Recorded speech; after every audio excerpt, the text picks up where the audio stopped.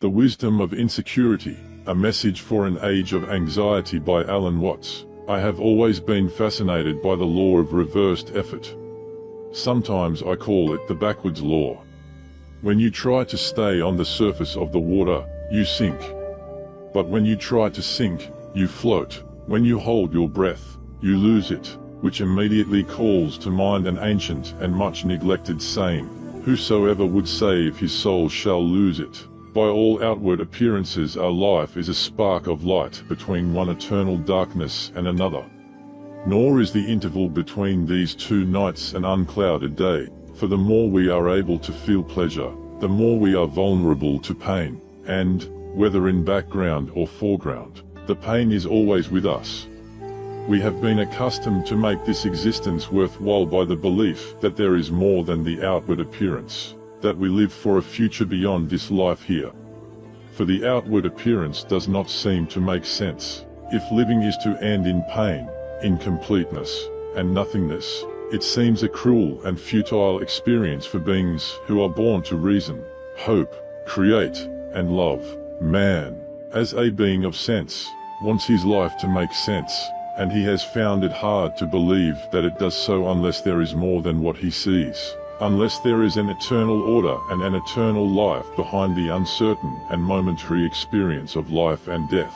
I may not, perhaps, be forgiven for introducing sober matters with a frivolous notion, but the problem of making sense out of the seeming chaos of experience reminds me of my childish desire to send someone a parcel of water in the mail. The recipient unties the string, releasing the deluge in his lap.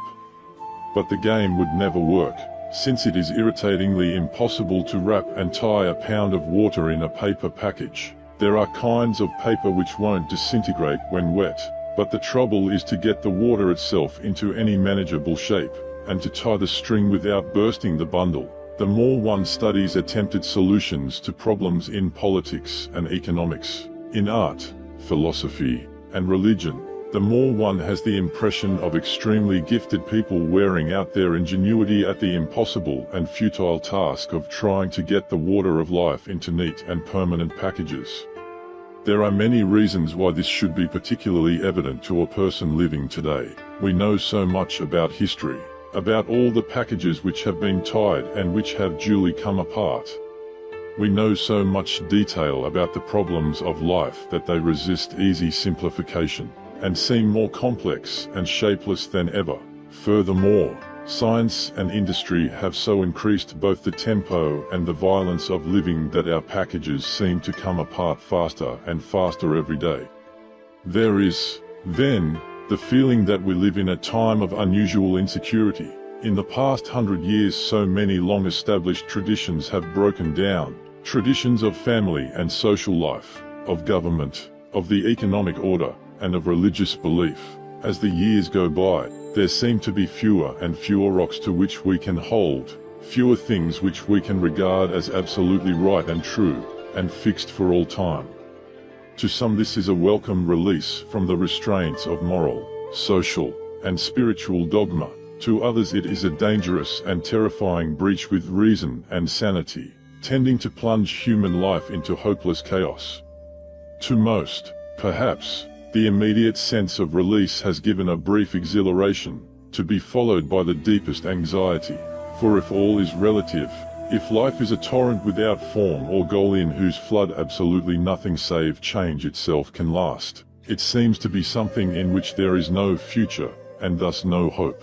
Human beings appear to be happy just so long as they have a future to which they can look forward, whether it be a good time tomorrow or an everlasting life beyond the grave. For various reasons, more and more people find it hard to believe in the latter. On the other hand, the former has the disadvantage that when this good time arrives, it is difficult to enjoy it to the full without some promise of more to come. If happiness always depends on something expected in the future, we are chasing a will-o'-the-wisp that ever eludes our grasp, until the future, and ourselves, vanish into the abyss of death. As a matter of fact, our age is no more insecure than any other. Poverty, disease, war, change, and death are nothing new. In the best of times, security has never been more than temporary and apparent, but it has been possible to make the insecurity of human life supportable by belief in unchanging things beyond the reach of calamity, in God, in man's immortal soul, and in the government of the universe by eternal laws of right. Today such convictions are rare, even in religious circles. There is no level of society, there must even be few individuals, touched by modern education, where there is not some trace of the leaven of doubt. It is simply self-evident that during the past century the authority of science has taken the place of the authority of religion in the popular imagination, and that skepticism, at least in spiritual things, has become more general than belief. The decay of belief has come about through the honest doubt, the careful and fearless thinking of highly intelligent men of science and philosophy. Moved by a zeal and reverence for facts, they have tried to see, understand, and face life as it is without wishful thinking. Yet for all that they have done to improve the conditions of life, their picture of the universe seems to leave the individual without ultimate hope. The price of their miracles in this world has been the disappearance of the world to come, and one is inclined to ask the old question, what shall it profit a man if he gains the whole world and lose his soul? Logic, intelligence, and reason are satisfied, but the heart goes hungry, for the heart has learned to feel that we live for the future. Science may, slowly and uncertainly, give us a better future, for a few years. And then, for each of us, it will end. It will all end. However long postponed, everything composed must decompose. Despite some opinions to the contrary, this is still the general view of science. In literary and religious circles, it is now often supposed that the conflict between science and belief is a thing of the past. There are even some rather wishful scientists who feel that when modern physics abandoned a crude atomistic materialism, the chief reasons for this conflict were removed. But this is not at all the case. In most of our great centers of learning, those who make it their business to study the full implications of science and its methods are as far as ever from what they understand as a religious point of view. Nuclear physics and relativity have, it is true, done away with the old materialism, but they now give us a view of the universe in which there is even less room for ideas of any absolute purpose or design. The modern scientist is not so naive as to deny God because he cannot be found with a telescope, or the soul because it is not revealed by the scalpel. He has merely noted that the idea of God is logically unnecessary. He even doubts that it has any meaning. It does not help him to explain anything which he cannot explain in some other, and simpler, way. He argues that if everything which happens is said to be under the providence and control of God, this actually amounts to saying nothing. To say that everything is governed and created by God is like saying, everything is up, which means nothing at all. The notion does not help us to make any variable predictions, and so, from the scientific standpoint, is of no value whatsoever. Scientists may be right in this respect, they may be wrong. It is not our purpose here to argue this point. We need only note that such skepticism has immense influence, and sets the prevailing mood of the age. What science has said, in sum, is this: we do not, and in all probability cannot, know whether God exists. Nothing that we do know suggests that he does, and all the arguments which claim to prove his existence are found to be without logical meaning. There is nothing, indeed, to prove that there is no God, but the burden of proof rests with those who propose the idea. If, the scientists would say, you believe in God, you must do so on purely emotional grounds, without basis in logic or fact. Practically speaking, this may amount to atheism. Theoretically, it is simple agnosticism, for it is of the essence of scientific honesty that you do not pretend to know what you do not know, and of the essence of scientific method that you do not employ hypotheses which cannot be tested. The immediate results of this honesty have been deeply unsettling and depressing, for man seems to be unable to live without myth, without the belief that the routine and drudgery, The pain and fear of this life have some meaning and goal in the future. At once new myths come into being, political and economic myths with extravagant promises of the best of futures in the present world. These myths give the individual a certain sense of meaning by making him part of a vast social effort, in which he loses something of his own emptiness and loneliness. Yet the very violence of these political religions betrays the anxiety beneath them, for they are but men huddling together and shouting to give themselves courage in the dark. Once there is the suspicion that a religion is a myth, its power has gone. It may be necessary for man to have a myth, but he cannot self-consciously prescribe one as he can mix a pill for a headache. A myth can only work when it is thought to be truth, and man cannot for long knowingly and intentionally kid himself. Even the best modern apologists for religion seem to overlook this fact. For their most forceful arguments for some sort of return to orthodoxy are those which show the social and moral advantages of belief in God. But this does not prove that God is a reality. It proves, at most, that believing in God is useful. If God did not exist, it would be necessary to invent him. Perhaps. But if the public has any suspicion that he does not exist, the invention is in vain. It is for this reason that most of the current return to orthodoxy in some intellectual circles has a rather hollow ring.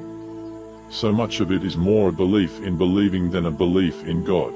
The contrast between the insecure, neurotic, educated modern, and the quiet dignity and inner peace of the old-fashioned believer makes the latter a man to be envied. But it is a serious misapplication of psychology to make the presence or absence of neurosis the touchstone of truth, and to argue that if a man's philosophy makes him neurotic, it must be wrong. Most atheists and agnostics are neurotic, whereas most simple Catholics are happy and at peace with themselves. Therefore, the views of the former are false, and of the latter true. Even if the observation is correct, the reasoning based on it is absurd. It is as if to say, you say there is a re in the basement.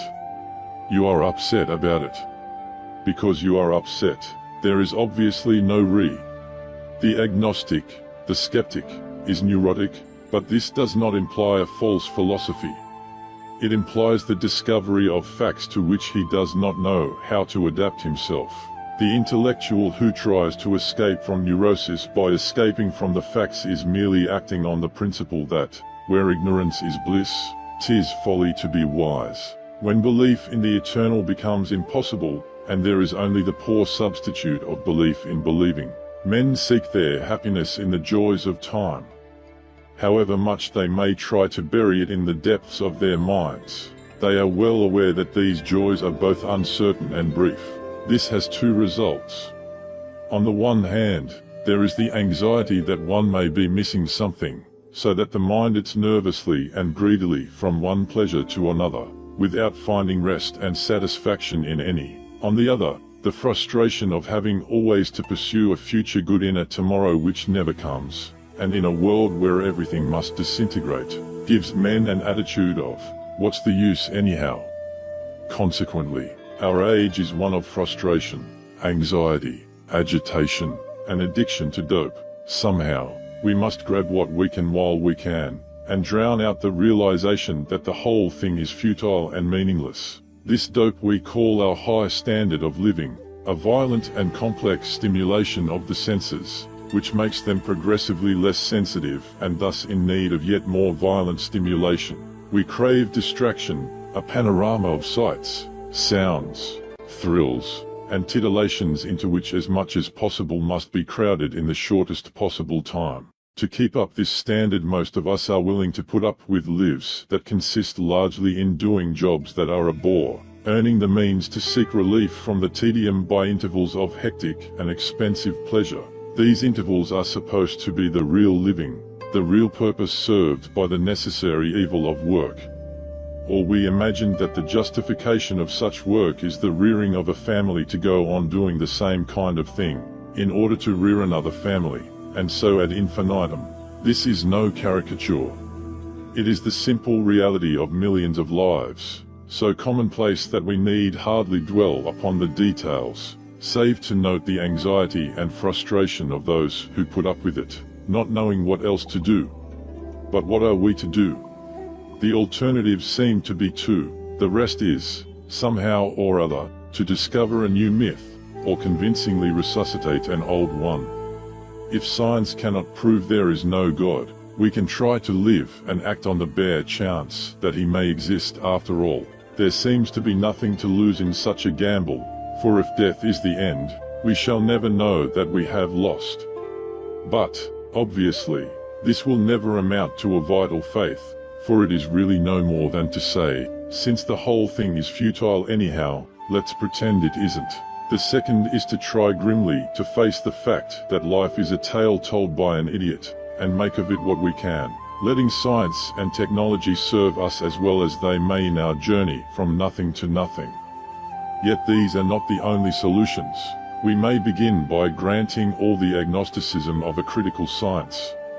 We may admit, frankly, that we have no scientific grounds for belief in God, in personal immortality, or in any absolutes. We may refrain altogether from trying to believe, taking life just as it is, and no more. From this point of departure there is yet another way of life that requires neither myth nor despair. But it requires a complete revolution in our ordinary, habitual ways of thinking and feeling. The extraordinary thing about this revolution is that it reveals the truth behind the so-called myths of traditional religion and metaphysic. It reveals, not beliefs, but actual realities corresponding, in an unexpected way, to the ideas of God and of eternal life. There are reasons for supposing that a revolution of this kind was the original source of some of the main religious ideas, standing in relation to them as reality to symbol and cause to effect. The common error of ordinary religious practice is to mistake the symbol for the reality, to look at the finger pointing the way and then to suck it for comfort rather than follow it. Religious ideas are like words, of little use, and often misleading, unless you know the concrete realities to which they refer. The word water is a useful means of communication amongst those who know water. The same is true of the word and the idea called God. I do not, at this point, wish to seem mysterious or to be making claims to secret knowledge. The reality which corresponds to God and eternal life is honest, above board, plain, and open for all to see. But the seeing requires a correction of mind, just as clear vision sometimes requires a correction of the eyes. The discovery of this reality is hindered rather than helped by belief. Whether one believes in God or believes in atheism, we must here make a clear distinction between belief and faith, because, in general practice, belief has come to mean a state of mind which is almost the opposite of faith. Belief, as I use the word here, is the insistence that the truth is what one would believe, or wish it to be. The believer will open his mind to the truth on condition that it ties in with his preconceived ideas and wishes.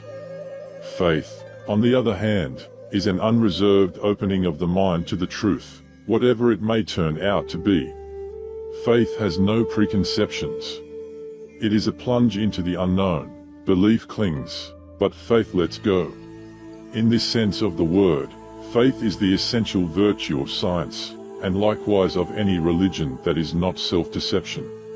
Most of us believe in order to feel secure, in order to make our individual lives seem valuable and meaningful. Belief has thus become an attempt to hang on to life, to grasp and keep it for one's own.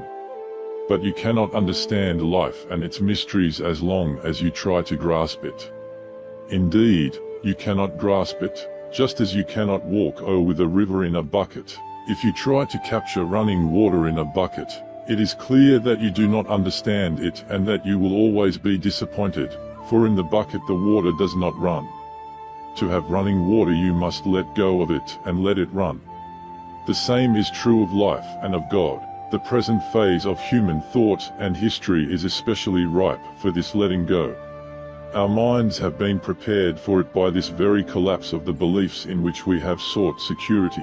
From a point of view strictly, if strangely, in accord with certain religious traditions, this disappearance of the old rocks and absolutes is no calamity, but rather a blessing. It almost compels us to face reality with open minds, and you can only know God through an open mind, just as you can only see the sky through a clear window. You will not see the sky if you have covered the glass with blue paint, but religious people who resist the scraping of the paint from the glass, who regard the scientific attitude with fear and mistrust, and confuse faith with clinging to certain ideas, are curiously ignorant of laws of the spiritual life which they might find in their own traditional records. A careful study of comparative religion and spiritual philosophy reveals that abandonment of belief, of any clinging to a future life for one's own, and of any attempt to escape from finitude and mortality, is a regular and normal stage in the way of the spirit. Indeed, this is actually such a first principle of the spiritual life that it should have been obvious from the beginning, and it seems, after all, surprising that learned theologians should adopt anything but a cooperative attitude towards the critical philosophy of science. Surely it is old news that salvation comes only through the death of the human form of God. But it was not, perhaps, so easy to see that God's human form is not simply the historic Christ, but also the images, ideas, and beliefs in the absolute to which man clings in his mind. Here is the full sense of the commandment: "Thou shalt not make to thyself any graven image, nor the likeness of anything that is in heaven above. Thou shalt not bow down to them, nor worship them."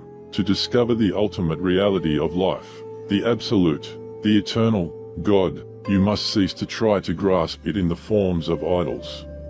These idols are not just crude images, such as the mental picture of God as an old gentleman on a golden throne. They are our beliefs, our cherished preconceptions of the truth, which block the unreserved opening of mind and heart to reality. The legitimate use of images is to express the truth, not to possess it. This was always recognized in the great Oriental traditions such as Buddhism, Vedanta, and Taoism. The principle has not been unknown to Christians, for it was implicit in the whole story and teaching of Christ. His life was from the beginning a complete acceptance and embracing of insecurity. The foxes have holes, and the birds of the air have nests, but the Son of Man hath not where to lay his head. The principle is yet more to the point if Christ is regarded as divine in the most orthodox sense, as the unique and special incarnation of God. For the basic theme of the Christ story is that this express image of God becomes the source of life in the very act of being destroyed. To the disciples who tried to cling to his divinity in the form of his human individuality, he explained, "Unless a grain of corn fall into the ground and die, it remains alone. But if it dies, it brings forth much fruit." In the same vein he warned them, "It is expedient for you that I go away. For if I go not away, the Paraclete, the Holy Spirit, cannot come unto you." These words are more than ever applicable to Christians, and speak exactly to the whole condition of our times. For we have never actually understood the revolutionary sense beneath them, the incredible truth that what religion calls the vision of God is found in giving up any belief in the idea of God. By the same law of reversed effort, we discover the infinite and the absolute, not by straining to escape from the finite and relative world, but by the most complete acceptance of its limitations. Paradox as it may seem, we likewise find life meaningful only when we have seen that it is without purpose, and know the mystery of the universe only when we are convinced that we know nothing about it at all. The ordinary agnostic, relativist, or materialist fails to reach this point because he does not follow his line of thought consistently to its end, an end which would be the surprise of his life. All too soon he abandons faith, openness to reality, and lets his mind harden into doctrine. The discovery of the mystery, the wonder beyond all wonders, needs no belief, for we can only believe in what we have already known, preconceived, and imagined. But this is beyond any imagination. We have but to open the eyes of the mind wide enough, and the truth will out. Pain and time. At times almost all of us envy the animals. They suffer and die, but they do not seem to make a problem of it. Their lives seem to have so few complications. They eat when they are hungry and sleep when they are tired. An instinct rather than anxiety seems to govern their few preparations for the future. As far as we can judge, every animal is so busy with what he is doing at the moment that it never enters his head to ask whether life has a meaning or a future. For the animal, happiness consists in enjoying life in the immediate present, not in the assurance that there is a whole future of joys ahead of him. This is not just because the animal is a relatively insensitive clod. Often enough his eyesight, his sense of hearing and smell, are far more acute than ours, and one can hardly doubt that he enjoys his food and sleep immensely. Despite his acute senses, he has, however, a somewhat insensitive brain. It is more specialized than ours, for which reason he is a creature of habit. He is unable to reason and make abstractions, and has extremely limited powers of memory and prediction. Unquestionably, the sensitive human brain adds immeasurably to the richness of life. Yet for this we pay dearly, because the increase in overall sensitivity makes us peculiarly vulnerable. One can be less vulnerable by becoming less sensitive, more of a stone and less of a man, and so less capable of enjoyment. Sensitivity requires a high degree of softness and fragility. Eyeballs, eardrums, taste buds, and nerve ends culminating in the highly delicate organism of the brain. These are not only soft and fragile, but also perishable. There seems to be no effective way of decreasing the delicacy and perishability of living tissue without also decreasing its vitality and sensitivity. If we are to have intense pleasures, we must also be liable to intense pains. The pleasure we love, and the pain we hate, but it seems impossible to have the former without the latter. Indeed, it looks as if the two must in some way alternate, for continuous pleasure is a stimulus that must either pall or be increased. And the increase will either harden the sense buds with its friction, or turn into pain. A consistent diet of rich food either destroys the appetite or makes one sick. To the degree, then, that life is found good, death must be proportionately evil. The more we are able to love another person and to enjoy his company, the greater must be our grief at his death, or in separation. The further the power of consciousness ventures out into experience, the more is the price it must pay for its knowledge. It is understandable that we should sometimes ask whether life has not gone too far in this direction, whether the game is worth the candle, and whether it might not be better to turn the course of evolution in the only other possible direction, backwards, to the relative peace of the animal, the vegetable, and the mineral. Something of this kind is often attempted. There is the woman who, having suffered some deep emotional injury in love or marriage, vows never to let another man play on her feelings, assuming the role of the hard and bitter spinster. Almost more common is the sensitive boy who learns in school to encrust himself for life in the shell of the tough guy attitude. As an adult he plays, in self-defense, the role of the Philistine, to whom all intellectual and emotional culture is womanish and sissy. Carried to its final extreme, the logical end of this type of reaction to life is suicide. The hard-bitten kind of person is always, as it were, a partial suicide. Some of himself is already dead. If, then, we are to be fully human and fully alive and aware, it seems that we must be willing to suffer for our pleasures. Without such willingness there can be no growth in the intensity of consciousness. Yet, generally speaking, we are not willing, and it may be thought strange to suppose that we can be. For nature in us so rebels against pain that the very notion of willingness to put up with it beyond a certain point may appear impossible and meaningless. Under these circumstances, the life that we live is a contradiction and a conflict. Because consciousness must involve both pleasure and pain. To strive for pleasure to the exclusion of pain is, in effect, to strive for the loss of consciousness, because such a loss is in principle the same as death. This means that the more we struggle for life, as pleasure, the more we are actually killing what we love. Indeed, this is the common attitude of man to so much that he loves. For the greater part of human activity is designed to make permanent those experiences and joys which are only lovable because they are changing. Music is a delight because of its rhythm and hour. Yet the moment you arrest the hour and prolong a note or chord beyond its time, the rhythm is destroyed, because life is likewise a ongoing process. Change and death are its necessary parts. To work for their exclusion is to work against life. However, the simple experiencing of alternating pain and pleasure is by no means the heart of the human problem.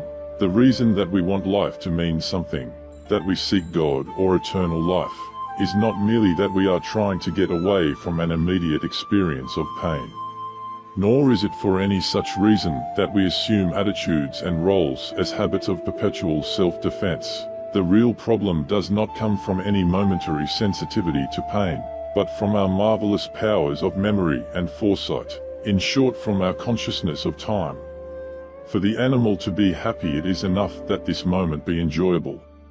But man is hardly satisfied with this at all.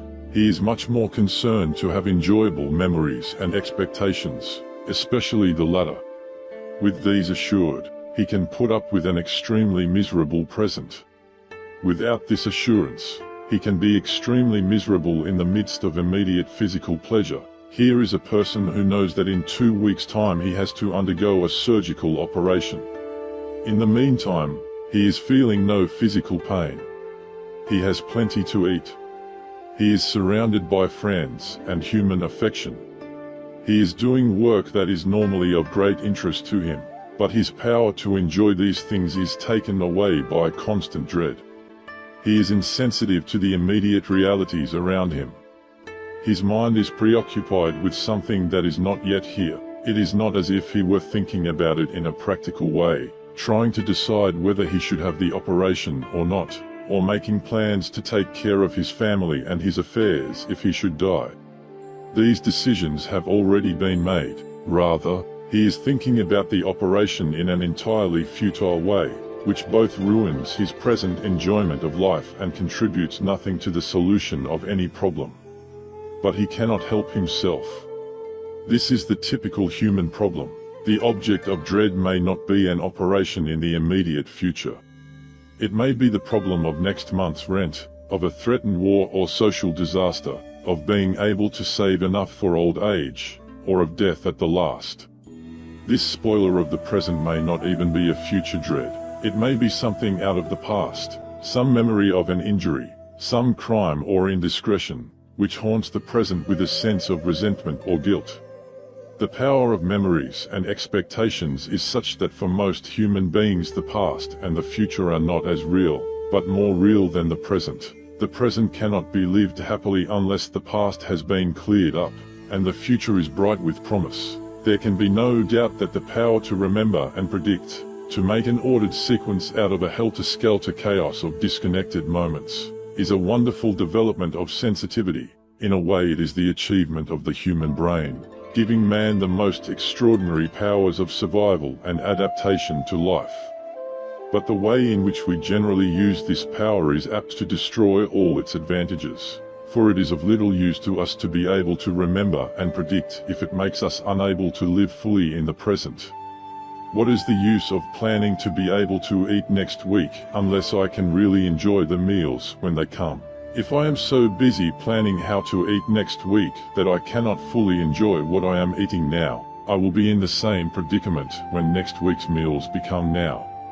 If my happiness at this moment consists largely in reviewing happy memories and expectations, I am but dimly aware of this present. I shall still be dimly aware of the present when the good things that I have been expecting come to pass. For I shall have formed a habit of looking behind and ahead, making it difficult for me to attend to the here and now. If, then, my awareness of the past and future makes me less aware of the present, I must begin to wonder whether I am actually living in the real world. After all, the future is quite meaningless and unimportant unless, sooner or later, it is going to become the present. Thus, to plan for a future which is not going to become present is hardly more absurd than to plan for a future which, when it comes to me, will find me absent, looking fixedly over its shoulder instead of into its face. This kind of living in the fantasy of expectation rather than the reality of the present is the special trouble of those businessmen who live entirely to make money. So many people of wealth understand much more about making and saving money than about using and enjoying it. They fail to live because they are always preparing to live. Instead of earning a living, they are mostly earning, and thus when the time comes to relax, they are unable to do so. Many a successful man is bored and miserable when he retires, and returns to his work only to prevent a younger man from taking his place.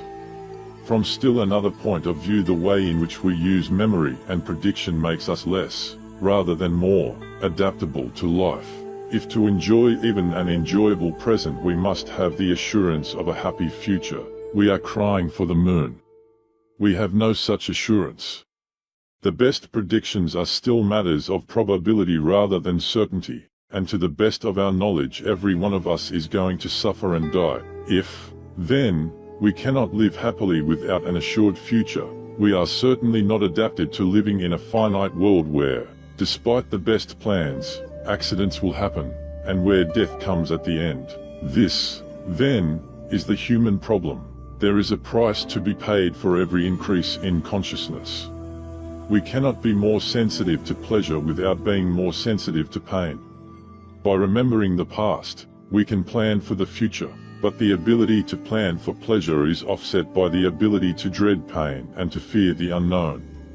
Furthermore, the growth of an acute sense of the past and the future gives us a correspondingly dim sense of the present. In other words, we seem to reach a point where the advantages of being conscious are outweighed by its disadvantages, where extreme sensitivity makes us unadaptable. Under these circumstances we feel in conflict with our own bodies and the world around them, and it is consoling to be able to think that in this contradictory world we are but strangers and pilgrims.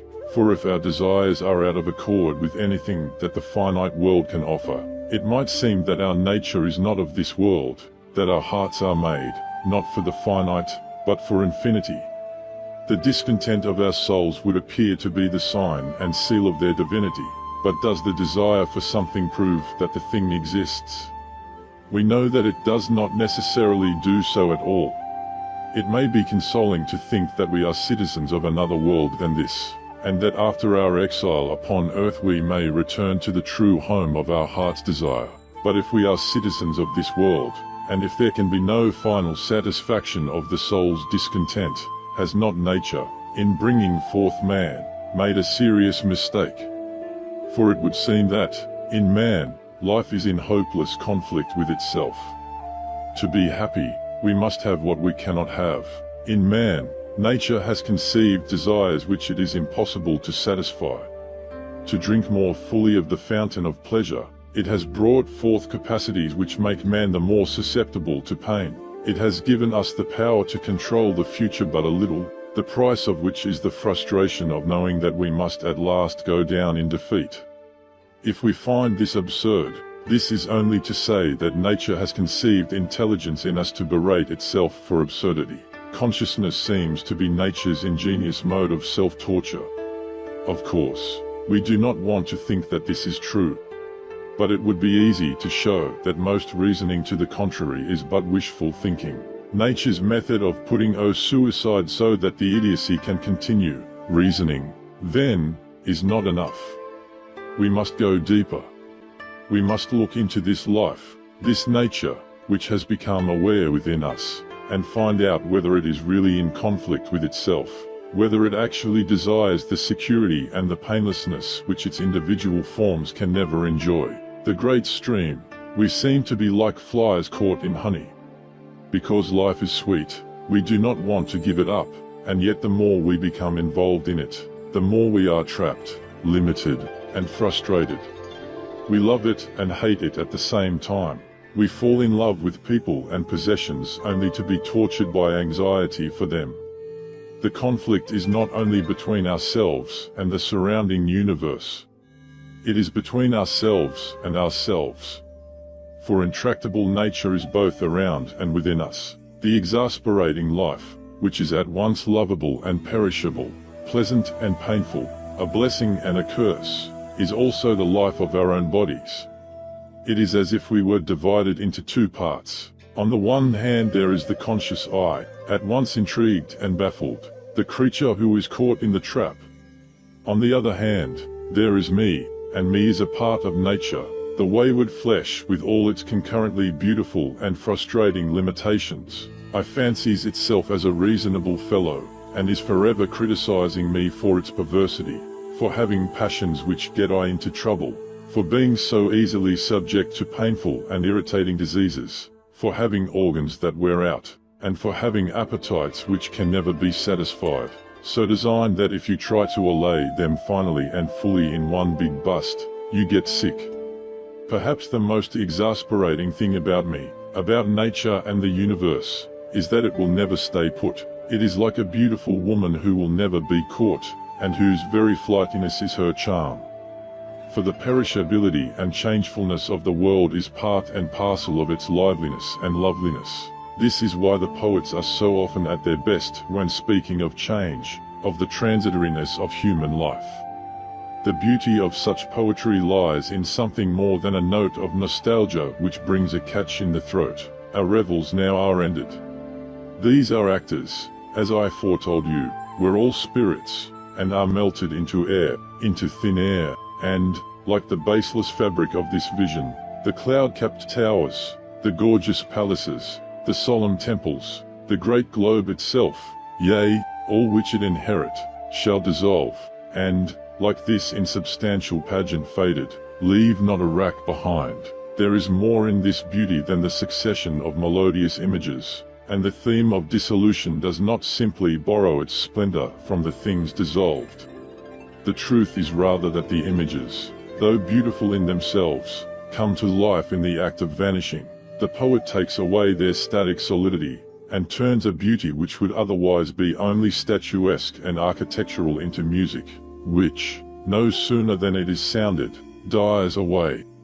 The towers, palaces, and temples become vibrant, and break from the excess of life within them. To be passing is to live. To remain and continue is to die. Unless a grain of corn fall into the ground and die, it remains alone. But if it dies, it brings forth much fruit. For the poets have seen the truth that life, change, movement, and insecurity are so many names for the same thing. Here, if anywhere, truth is beauty, for movement and rhythm are of the essence of all things lovable. In sculpture, architecture, and painting the finished form stands still, but even so the eye finds pleasure in the form only when it contains a certain lack of symmetry. When, frozen in stone as it may be, it looks as if it were in the midst of motion. Is it not, then, a strange inconsistency and an unnatural paradox that I resists change in me, and in the surrounding universe? For change is not merely a force of destruction. Every form is really a pattern of movement, and every living thing is like the river, which, if it did not owe out, would never have been able to owe in. Life and death are not two opposed forces. They are simply two ways of looking at the same force, for the movement of change is as much the builder as the destroyer. The human body lives because it is a complex of motions, of circulation, respiration, and digestion. To resist change, to try to cling to life, is therefore like holding your breath. If you persist, you kill yourself. In thinking of ourselves as divided into I and me, we easily forget that consciousness also lives because it is moving. It is as much a part and product of the stream of change as the body and the whole natural world. If you look at it carefully, you will see that consciousness, the thing you call I, is really a stream of experiences, of sensations, thoughts, and feelings in constant motion. But because these experiences include memories, we have the impression that I is something solid and still, like a tablet upon which life is writing a record. Yet the tablet moves with the writing finger as the river flows along with the ripples, so that memory is like a record written on water, a record, not of graven characters, but of waves stirred into motion by other waves, which are called sensations and facts. The difference between I and me is largely an illusion of memory. In truth, I is of the same nature as me. It is part of our whole being, just as the head is part of the body. But if this is not realized, I, and me, the head and the body, will feel at odds with each other. I, not understanding that it too is part of the stream of change, will try to make sense of the world and experience by attempting to exit. We shall then have a war between consciousness and nature, between the desire for permanence and the fact of X. This war must be utterly futile and frustrating, a vicious circle, because it is a conflict between two parts of the same thing. It must lead thought and action into circles which go nowhere faster and faster, for when we fail to see that our life is change, we set ourselves against ourselves and become like Ouroboros, the misguided snake, who tries to eat his own tail. Ouroboros is the perennial symbol of all vicious circles, of every attempt to split our being asunder and make one part conquer the other. Struggle as we may, fixing will never make sense out of change. The only way to make sense out of change is to plunge into it, move with it, and join the dance. Religion, as most of us have known it, has quite obviously tried to make sense out of life by fixation. It has tried to give this passing world a meaning by relating it to an unchanging God, and by seeing its goal and purpose as an immortal life in which the individual becomes one with the changeless nature of the deity. Rest eternal grant unto them, O Lord, and let light perpetual shine upon them. Likewise, it attempts to make sense out of the swirling movements of history by relating them to the fixed laws of God, whose word endures forever. We have thus made a problem for ourselves by confusing the intelligible with the fixed. We think that making sense out of life is impossible unless the flow of events can somehow be fitted into a framework of rigid forms. To be meaningful, life must be understandable in terms of fixed ideas and laws, and these in turn must correspond to unchanging and eternal realities behind the shifting scene. But if this is what making sense out of life means, we have set ourselves the impossible task of making fixity out of X. Before we can find out whether there is some better way of understanding our universe, we must see clearly how this confusion of sense with fixity has come about. The root of the difficulty is that we have developed the power of thinking so rapidly and one-sidedly that we have forgotten the proper relation between thoughts and events, words and things. Conscious thinking has gone ahead and created its own world, and, when this is found to conflict with the real world, we have the sense of a profound discord between I, the conscious thinker, and nature. This one-sided development of man is not peculiar to intellectuals and brainy people, who are only extreme examples of a tendency which has affected our entire civilization. What we have forgotten is that thoughts and words are conventions, and that it is fatal to take conventions too seriously. A convention is a social convenience, as, for example, money. Money gets rid of the inconveniences of barter. But it is absurd to take money too seriously, to confuse it with real wealth, because it will do you no good to eat it or wear it for clothing. Money is more or less static, for gold, silver, strong paper, or a bank balance can stay put for a long time. But real wealth, such as food, is perishable. Thus, a community may possess all the gold in the world, but if it does not farm its crops it will starve. In somewhat the same way, thoughts, ideas, and words are coins for real things. They are not those things, and though they represent them, there are many ways in which they do not correspond at all. As with money and wealth, so with thoughts and things, ideas and words are more or less fixed, whereas real things change. It is easier to say I than to point to your own body, and to say want than to try to indicate a vague feeling in the mouth and stomach. It is more convenient to say water than to lead your friend to a well and make suitable motions. It is also convenient to agree to use the same words for the same things, and to keep these words unchanged, even though the things we are indicating are in constant motion. In the beginning, the power of words must have seemed magical, and, indeed, the miracles which verbal thinking has wrought have justified the impression.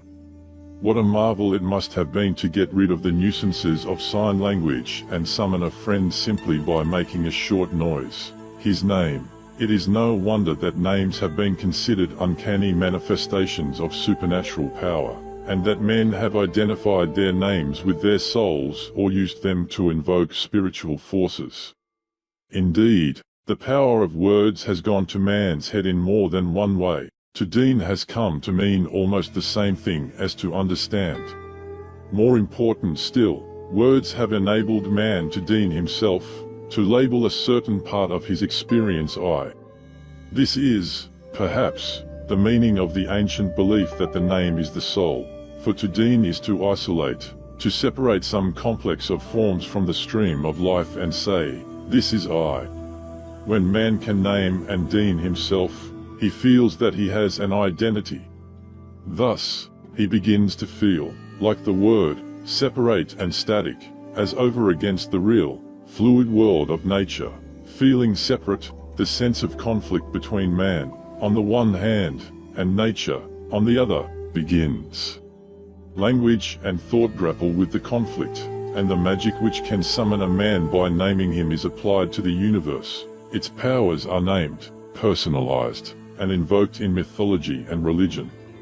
Natural processes are made intelligible, because all regular processes, such as the rotation of the stars and seasons, can be fitted to words and ascribed to the activity of the gods or God, the eternal word. At a later time, science employs the same process, studying every kind of regularity in the universe, naming, classifying, and making use of them in ways still more miraculous. But because it is the use and nature of words and thoughts to be fixed, definite, isolated, it is extremely hard to describe the most important characteristic of life, its movement and fluidity.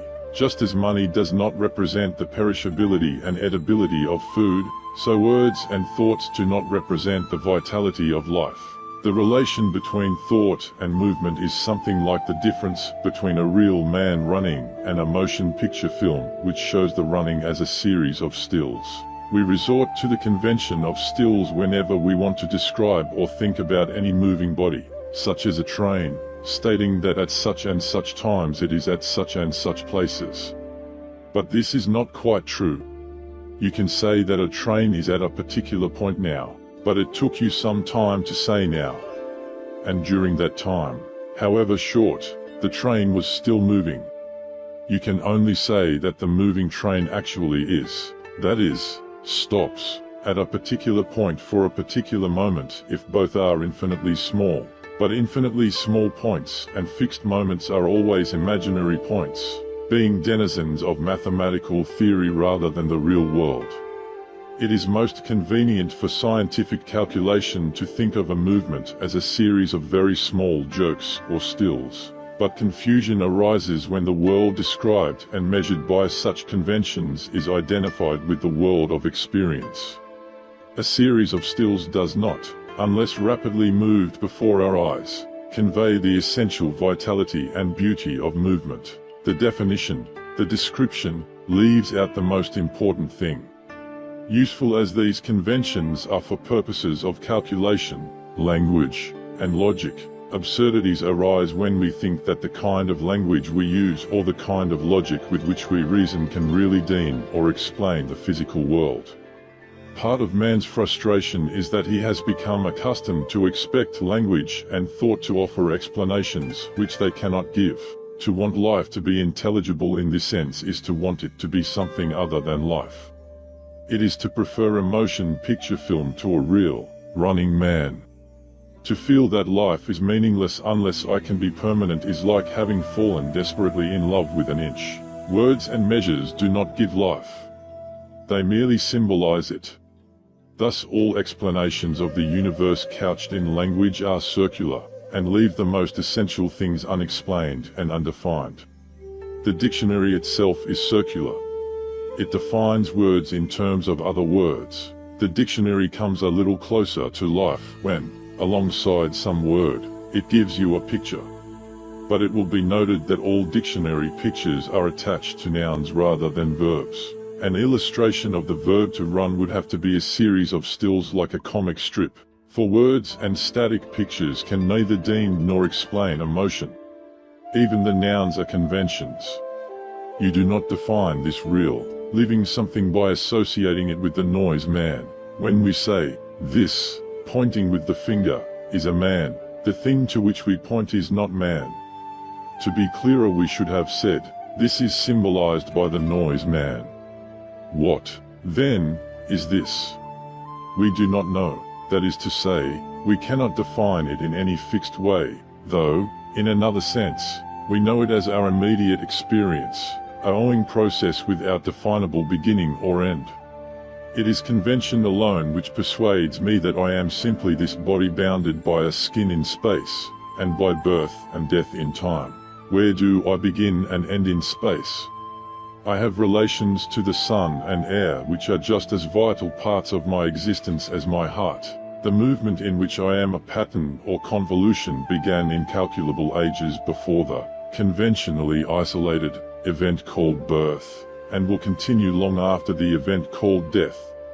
Only words and conventions can isolate us from the entirely undefinable something which is everything. Now these are useful words, so long as we treat them as conventions and use them like the imaginary lines of latitude and longitude which are drawn upon maps, but are not actually found upon the face of the earth. But in practice we are all bewitched by words. We confuse them with the real world, and try to live in the real world as if it were the world of words. As a consequence, we are dismayed and dumbfounded when they do not tea. The more we try to live in the world of words, the more we feel isolated and alone, the more all the joy and liveliness of things is exchanged for mere certainty and security. On the other hand, the more we are forced to admit that we actually live in the real world, the more we feel ignorant, uncertain, and insecure about everything. But there can be no sanity unless the difference between these two worlds is recognized. The scope and purposes of science are woefully misunderstood when the universe which it describes is confused with the universe in which man lives. Science is talking about a symbol of the real universe, and this symbol has much the same use as money. It is a convenient time saver for making practical arrangements. But when money and wealth, reality and science are confused, the symbol becomes a burden. Similarly, the universe described in formal, dogmatic religion is nothing more than a symbol of the real world, being likewise constructed out of verbal and conventional distinctions. To separate this person from the rest of the universe is to make a conventional separation. To want this person to be eternal is to want the words to be the reality, and to insist that a convention endure forever and ever. We hunger for the perpetuity of something which never existed. Science has destroyed the religious symbol of the world because, when symbols are confused with reality, different ways of symbolizing reality will seem contradictory. The scientific way of symbolizing the world is more suited to utilitarian purposes than the religious way, but this does not mean that it has any more truth. Is it truer to classify rabbits according to their meat or according to their fur? It depends on what you want to do with them.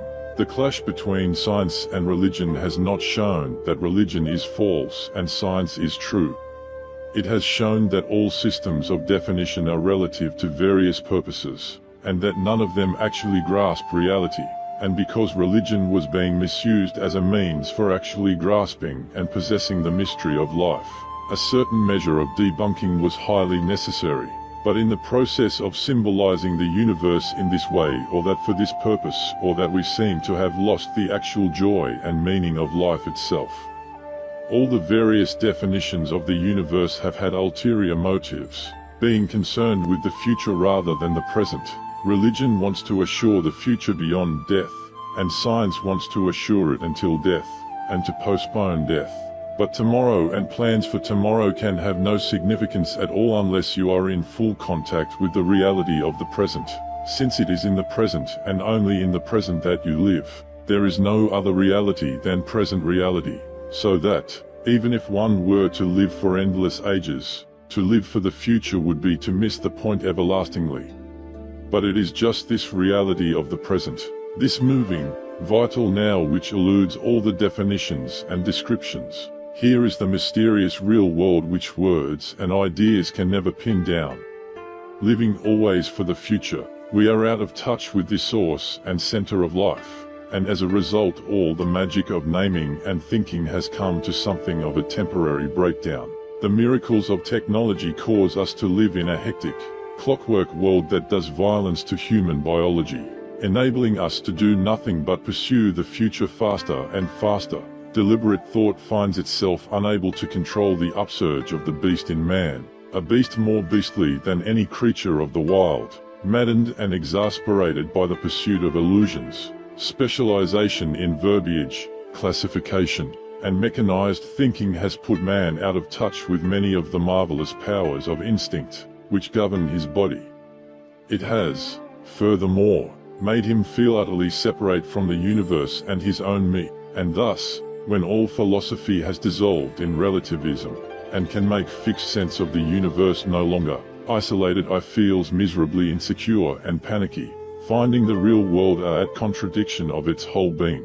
Of course, there is nothing new in this predicament of discovering that ideas and words cannot plumb the ultimate mystery of life, that reality or, if you will, God cannot be comprehended by the finite mind. The only novelty is that the predicament is now social rather than individual. It is widely felt, not con to the few. Almost every spiritual tradition recognizes that a point comes when two things must happen. Man must surrender his separate feeling I, and must face the fact that he cannot know, that is, deem the ultimate.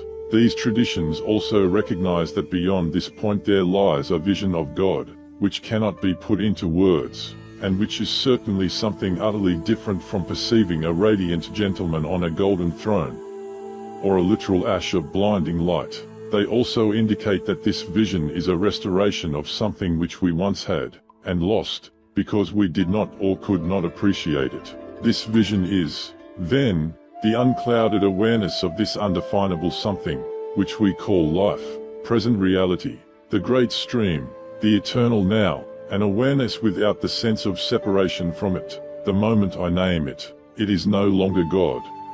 It is man, tree, green, black, red, soft, hard, long, short, atom, universe. One would readily agree with any theologian who deplores pantheism that these denizens of the world of verbiage and convention, these sundry things conceived as fixed and distinct entities, are not God.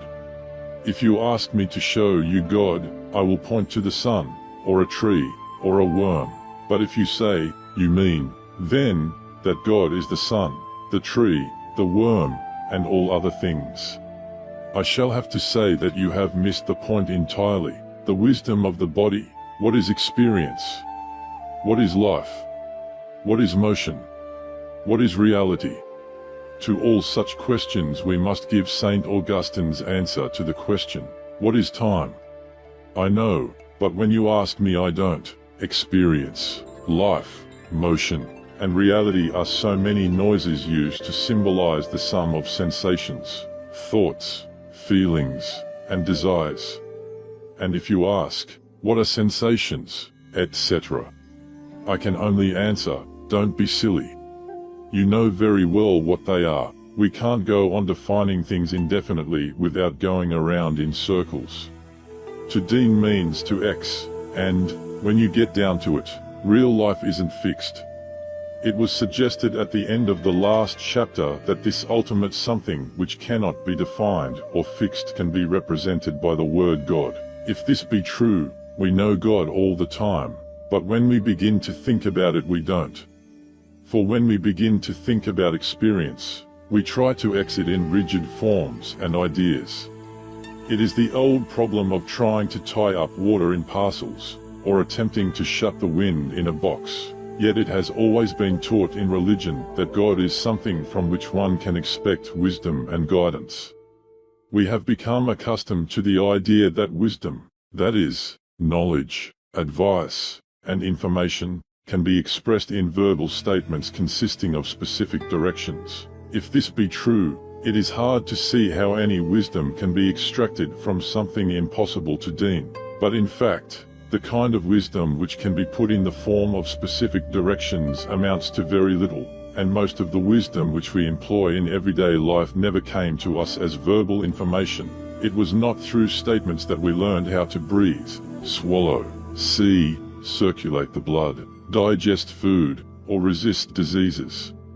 Yet these things are performed by the most complex and marvelous processes which no amount of book learning and technical skill can reproduce. This is real wisdom, but our brains have little to do with it. This is the kind of wisdom which we need in solving the real, practical problems of human life. It has done wonders for us already, and there is no reason why it should not do much more. Without any technical apparatus or calculations for prediction, homing pigeons can return to their roosts from long distances away. Migrant birds can revisit the same locations year after year, and plants can devise wonderful contraptions for distributing their seeds on the wind. They do not, of course, do these things on purpose, which is only to say that they do not plan and think them out. If they could talk, they could no more explain how it is done than the average man can explain how his heart beats. The instruments which achieve these feats are, indeed, organs and processes of the body, that is to say, of a mysterious pattern of movement which we do not really understand and cannot actually deem. In general, however, human beings have ceased to develop the instruments of the body. More and more we try to effect an adaptation to life by means of external gadgets, and attempt to solve our problems by conscious thinking rather than unconscious know-how. This is much less to our advantage than we like to suppose. There are, for instance, primitive women who can deliver themselves of a child while working out in the fields, and, after doing the few things necessary to see that the baby is safe, warm, and comfortable, resume their work as before. On the other hand, the civilized woman has to be moved to a complicated hospital, and there, surrounded by doctors, nurses, and innumerable gadgets, force the poor thing into the world with prolonged contortions and excruciating pains. It is true that antiseptic conditions prevent many mothers and babies from dying, but why can't we have the antiseptic conditions and the natural, easy way of birth? The answer to this, and many similar questions, is that we have been taught to neglect, despise, and violate our bodies, and to put all faith in our brains. Indeed, the special disease of civilized man might be described as a block or schism between his brain, specifically, the cortex, and the rest of his body. This corresponds to the split between I and me, man and nature, and to the confusion of Ouroboros, the mixed-up snake, who does not know that his tail belongs with his head.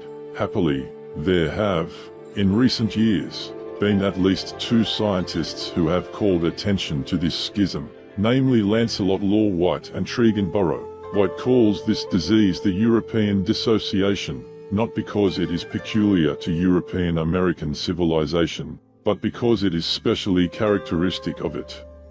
Both White and Burrow have given a clinical description or diagnosis of the schism, the details of which need not detain us here. It is simply saying in medical language that we have allowed brain thinking to develop and dominate our lives out of all proportion to instinctual wisdom, which we are allowing to slump into atrophy.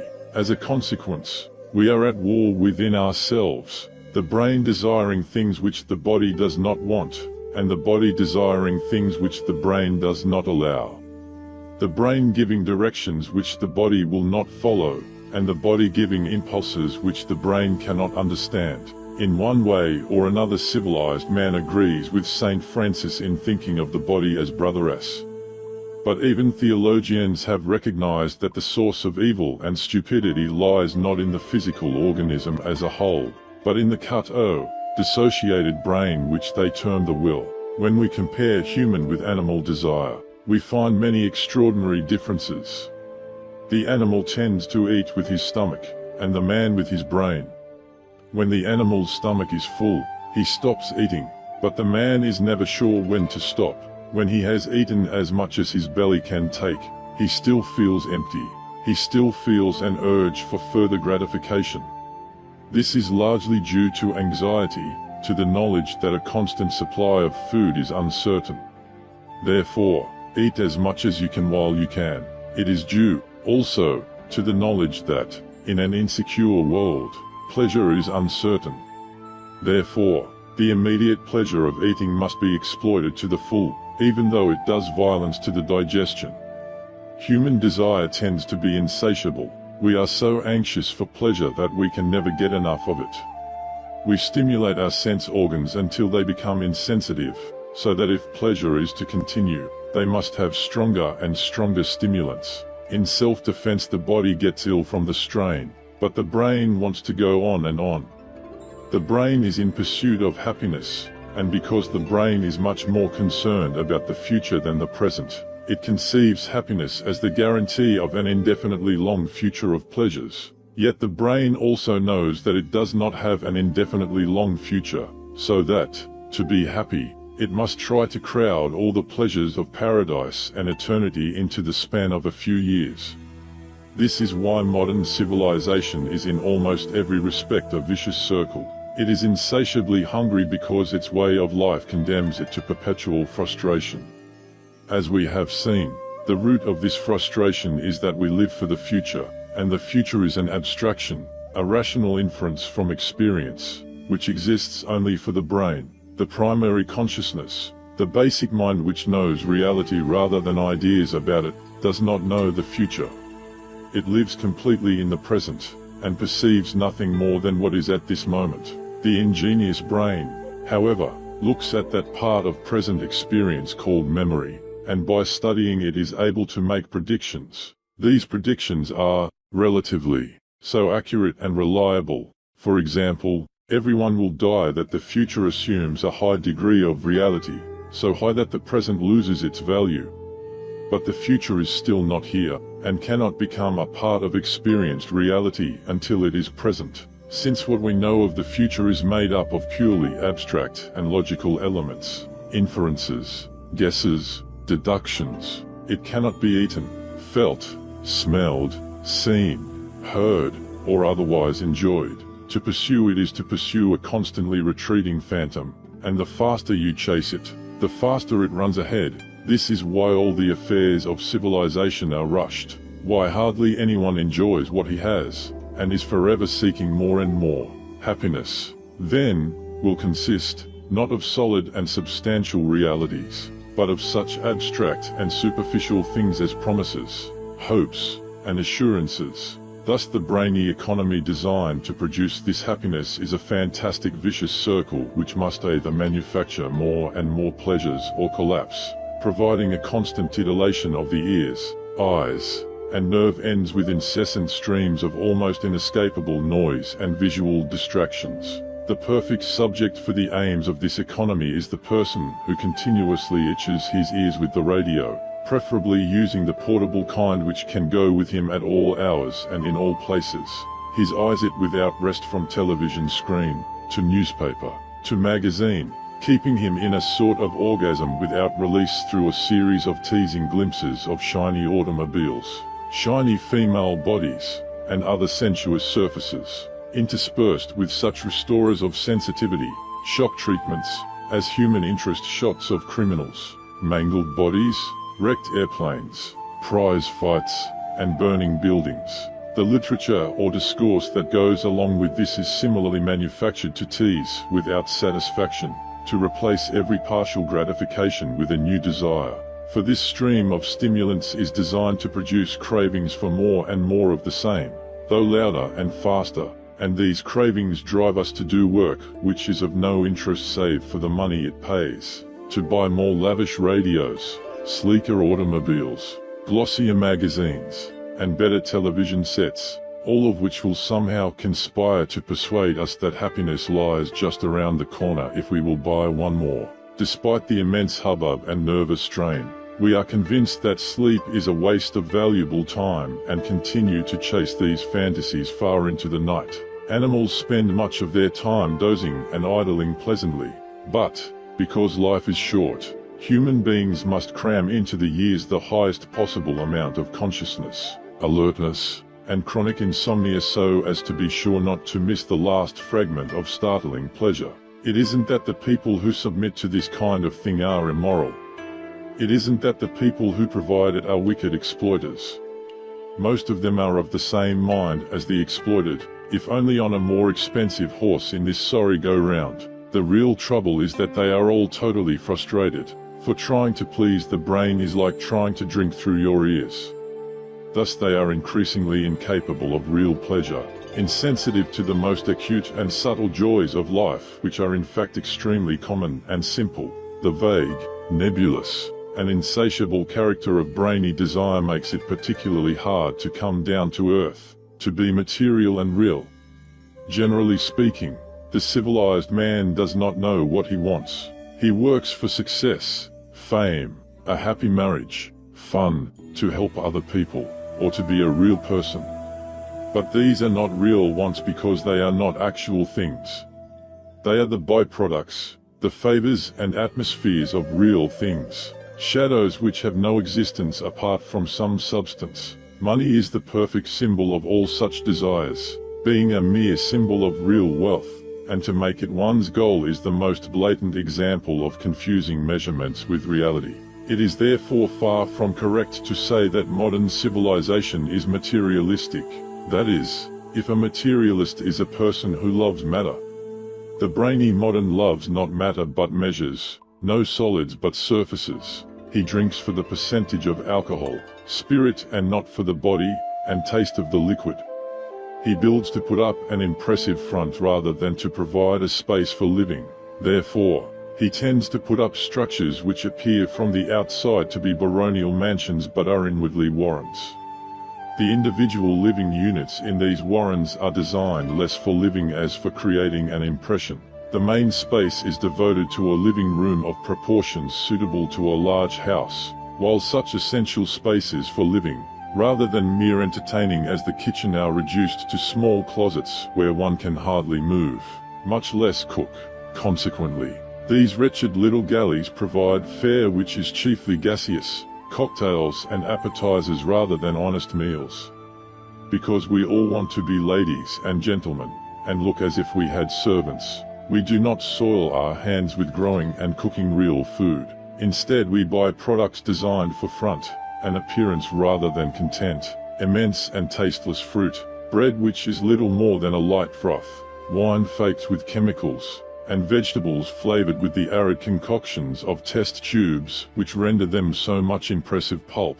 One might suppose that the most outright example of civilized man's beastliness and animality is his passion for sex, but in fact there is almost nothing beastly or animal about it.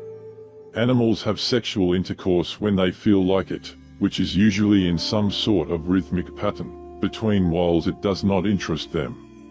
But of all pleasures, sex is the one which the civilized man pursues with the greatest anxiety. That the craving is brainy rather than bodily is shown by the common impotence of the male when he comes to the act, his brain pursuing what his genes do not at the moment desire. This confuses him hopelessly, because he simply cannot understand not wanting the great delicacy of sex when it is available.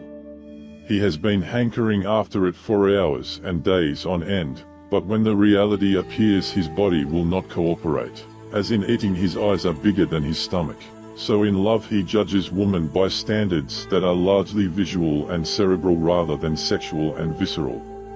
He is attracted to his partner by the surface gloss, by the film on the skin rather than the real body. He wants something with a bone structure like a boy's, which is supposed to support the exterior curves and smooth undulations of femininity. Not a woman but an inflated rubber dream.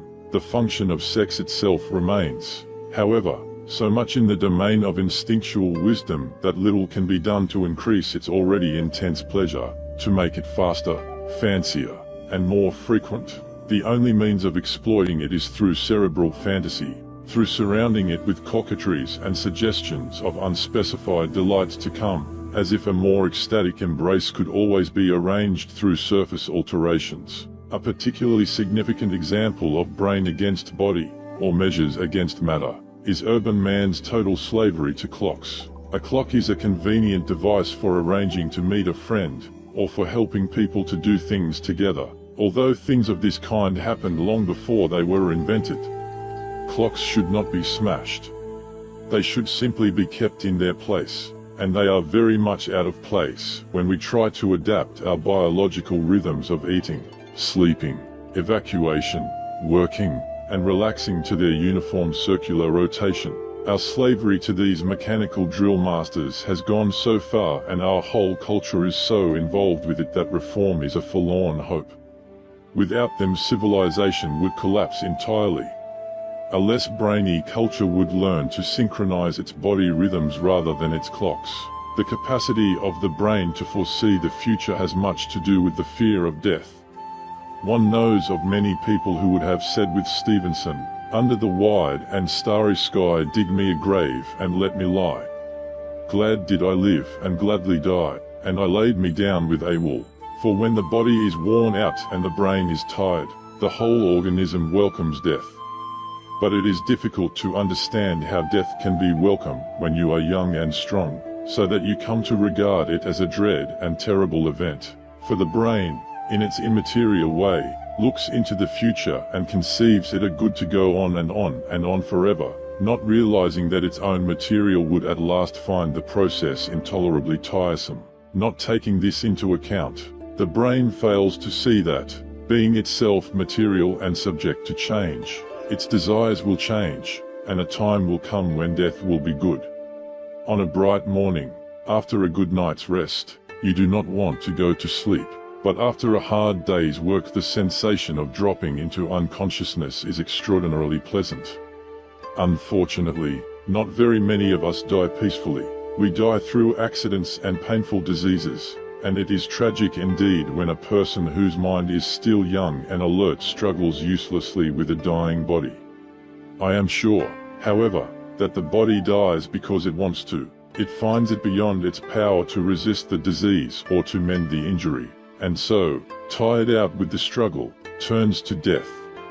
If the consciousness were more sensitive to the feelings and impulses of the whole organism, it would share this desire, and, indeed, sometimes does so. We come close to it when, in serious sickness, we would just as soon die, though sometimes we survive either because medical treatment reinvigorates the body, or because there are still unconscious forces in the organism which are able to heal. Accustomed, as it is, to think of man as a dualism of mind and body, and to regard the former as sensible, and the latter as a dumb animal, our culture is an affront to the wisdom of nature and a ruinous exploitation of the human organism as a whole. We are perpetually frustrated because the verbal and abstract thinking of the brain gives the false impression of being able to cut loose from all finite limitations. It forgets that an infinity of anything is not a reality but an abstract concept, and persuades us that we desire this fantasy as a real goal of living. The externalized symbol of this way of thinking is that almost entirely rational and inorganic object, the machine, which gives us the sense of being able to approach infinity. For the machine can submit to strains far beyond the capacity of the body, and to monotonous rhythms which the human being could never stand. Useful as it would be as a tool and a servant, we worship its rationality, its efficiency, and its power to abolish limitations of time and space, and thus permit it to regulate our lives. Thus, the working inhabitants of a modern city are people who live inside a machine to be battered around by its wheels. They spend their days in activities which largely boil down to counting and measuring, living in a world of rationalized abstraction which has little relation to or harmony with the great biological rhythms and processes. As a matter of fact, mental activities of this kind can now be done far more efficiently by machines than by men. So much so that in a not too distant future the human brain may be an obsolete mechanism for logical calculation. Already the human computer is widely displaced by mechanical and electrical computers of far greater speed and efficiency. If, then, man's principal asset and value is his brain and his ability to calculate, he will become an unsaleable commodity in an era when the mechanical operation of reasoning can be done more effectively by machines. Already man uses innumerable gadgets to displace the work done by bodily organs in the animals, and it would surely be in line with this tendency to externalize the reasoning functions of the brain, and thus hand over the government of life to electromagnetic monsters. In other words, The interests and goals of rationality are not those of man as a whole organism. If we are to continue to live for the future, and to make the chief work of the mind prediction and calculation, man must eventually become a parasitic appendage to a mass of clockwork. There is, indeed, a viewpoint from which this rationalization of life is not rational. The brain is clever enough to see the vicious circle which it has made for itself. But it can do nothing about it. Seeing that it is unreasonable to worry does not stop worrying. Rather, you worry the more at being unreasonable. It is unreasonable to wage a modern war, in which everybody loses. Neither side actually wants a war, and yet, because we live in a vicious circle, we start the war to prevent the other side from starting first. We arm ourselves knowing that if we do not, the other side will, which is quite true, because if we do not arm, the other side will do so to gain its advantage without actually fighting. From this rational point of view we find ourselves in the dilemma of St. Paul, "To will is present with me. But how to perform that which is good I find not. For the good that I would I do not, but this is not, as St. Paul supposed, because the will or the spirit is reasonable and the flesh perverse. It is because a house divided against itself cannot stand. The whole organism is perverse because the brain is split from the belly and the head unconscious of its union with the tail. There are few grounds for hoping that, in any immediate future, there will be any recovery of social sanity. It would seem that the vicious circle must become yet more intolerable, more blatantly and desperately circular before any large numbers of human beings awaken to the tragic trick which they are playing on themselves. But for those who see clearly that it is a circle and why it is a circle, there is no alternative but to stop circling. For as soon as you see the whole circle, the illusion that the head is separate from the tail disappears, and then, when experience stops oscillating and writhing, it can again become sensitive to the wisdom of the body, to the hidden depths of its own substance. Because I speak of the wisdom of the body and of the necessity for recognizing that we are material, this is not to be taken as a philosophy of materialism in the accepted sense. I am not asserting that the ultimate reality is matter. Matter is a word, a noise, which refers to the forms and patterns taken by a process. We do not know what this process is, because it is not a what, that is, a thing definable by some fixed concept or measure. If we want to keep the old language, still using such terms as spiritual and material, the spiritual must mean the indefinable, that which, because it is living, must ever escape the framework of any fixed form. Matter is spirit named. After all this, the brain deserves a word for itself, for the brain, including its reasoning and calculating centers, is a part and product of the body. It is as natural as the heart and stomach, and, rightly used, is anything but an enemy of man. But to be used rightly it must be put in its place, for the brain is made for man, not man for his brain. In other words, the function of the brain is to serve the present and the real, not to send man chasing wildly after the phantom of the future. Furthermore, in our habitual state of mental tension the brain does not work properly, and this is one reason why its abstractions seem to have so great a reality. When the heart is out of order, we are clearly conscious of its beating. It becomes a distraction, pounding within the breast. It seems most probable that our preoccupation with thinking and planning, together with the sense of mental fatigue, is a sign of some disorder of the brain. The brain should, and in some cases does, calculate and reason with the unconscious ease of the other bodily organs. After all, the brain is not a muscle, and is thus not designed for effort and strain. But when people try to think or concentrate, they behave as if they were trying to push their brains around. They screw up their faces, knit their brows, and approach mental problems as if they were something like heaving bricks. Yet you do not have to grind and strain to digest food, and still less to see, hear, and receive other neural impressions. The lightning calculator, who can sum a long column of figures at a glance, the intellectual genius who can comprehend a whole page of reading in a few seconds, and the musical prodigy, such as Mozart, who seems to grasp harmony and counterpoint from babyhood, are examples of the proper use of man's most marvelous instrument. Those of us who are not geniuses know something of the same ability. Take for example the anagram Pakateldink. You can work over these letters for hours, trying system after system of rearrangement in order to discover the scrambled word. Try, instead, just looking at the anagram with a relaxed mind, and in a very short space of time your brain will deliver the answer without the slightest effort. We rightly mistrust the snap answers of strained and wandering minds, but the rapid, effortless, and almost unconscious solution of logical problems is what the brain is supposed to deliver. Working rightly, the brain is the highest form of instinctual wisdom.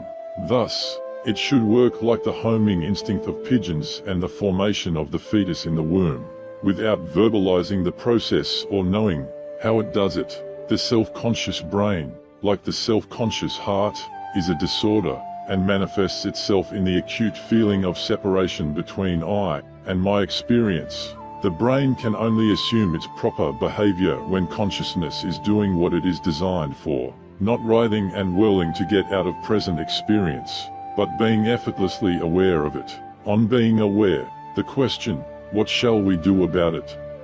is only asked by those who do not understand the problem. If a problem can be solved at all, to understand it and to know what to do about it are the same thing. On the other hand, doing something about a problem which you do not understand is like trying to clear away darkness by thrusting it aside with your hands. When light is brought, the darkness vanishes at once. This applies particularly to the problem now before us. How are we to heal the split between I and me, the brain and the body, man and nature, and bring all the vicious circles which it produces to an end? How are we to experience life as something other than a honey trap in which we are the struggling flies? How are we to find security and peace of mind in a world whose very nature is insecurity, impermanence, and unceasing change? All these questions demand a method and a course of action. At the same time, all of them show that the problem has not been understood. We do not need action, yet we need more light. Light, here, means awareness, to be aware of life, of experience as it is at this moment, without any judgments or ideas about it. In other words, you have to see and feel what you are experiencing as it is, and not as it is named. This very simple opening of the eyes brings about the most extraordinary transformation of understanding and living, and shows that many of our most baffling problems are pure illusion. This may sound like an oversimplification because most people imagine themselves to be fully enough aware of the present already, but we shall see that this is far from true, because awareness is a view of reality free from ideas and judgments. It is clearly impossible to deem and write down what it reveals. Anything which can be described is an idea, and I cannot make a positive statement about something, the real world, which is not an idea. I shall therefore have to be content with talking about the false impressions which awareness removes, rather than the truth which it reveals.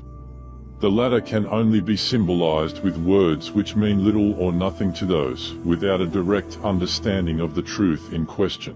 What is true and positive is too real and too living to be described, and to try to describe it is like putting red paint on a red rose. Therefore, most of what follows will have to have a rather negative quality. The truth is revealed by removing things that stand in its light, an art not unlike sculpture, in which the artist creates, not by building, but by hacking away. We saw that the questions about finding security and peace of mind in an impermanent world showed that the problem had not been understood. Before going any further, it must be clear that the kind of security we are talking about is primarily spiritual and psychological. To exist at all, human beings must have a minimum livelihood in terms of food, drink, and clothing, with the understanding, however, that it cannot last indefinitely. But if the assurance of a minimum livelihood for 60 years would even begin to satisfy the heart of man, human problems would amount to very little. Indeed, The very reason why we do not have this assurance is that we want so much more than the minimum necessities. It must be obvious, from the start, that there is a contradiction in wanting to be perfectly secure in a universe whose very nature is momentariness and fluidity. But the contradiction lies a little deeper than the mere conflict between the desire for security and the fact of change. If I want to be secure, that is, protected from the flux of life, I am wanting to be separate from life. Yet it is this very sense of separateness which makes me feel insecure. To be secure means to isolate and fortify the I, but it is just the feeling of being an isolated I, which makes me feel lonely and afraid. In other words, the more security I can get, the more I shall want. To put it still more plainly, the desire for security and the feeling of insecurity are the same thing. To hold your breath is to lose your breath.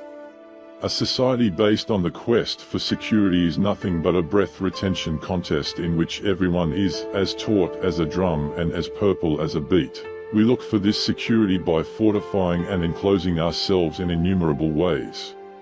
We want the protection of being exclusive and special, seeking to belong to the safest church, the best nation, the highest class, the right set, and the nice people. These defenses lead to divisions between us, and so to more insecurity demanding more defenses.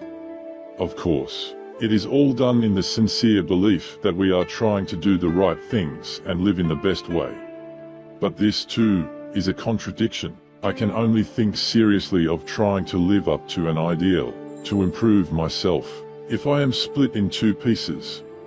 There must be a good I, who is going to improve the bad me.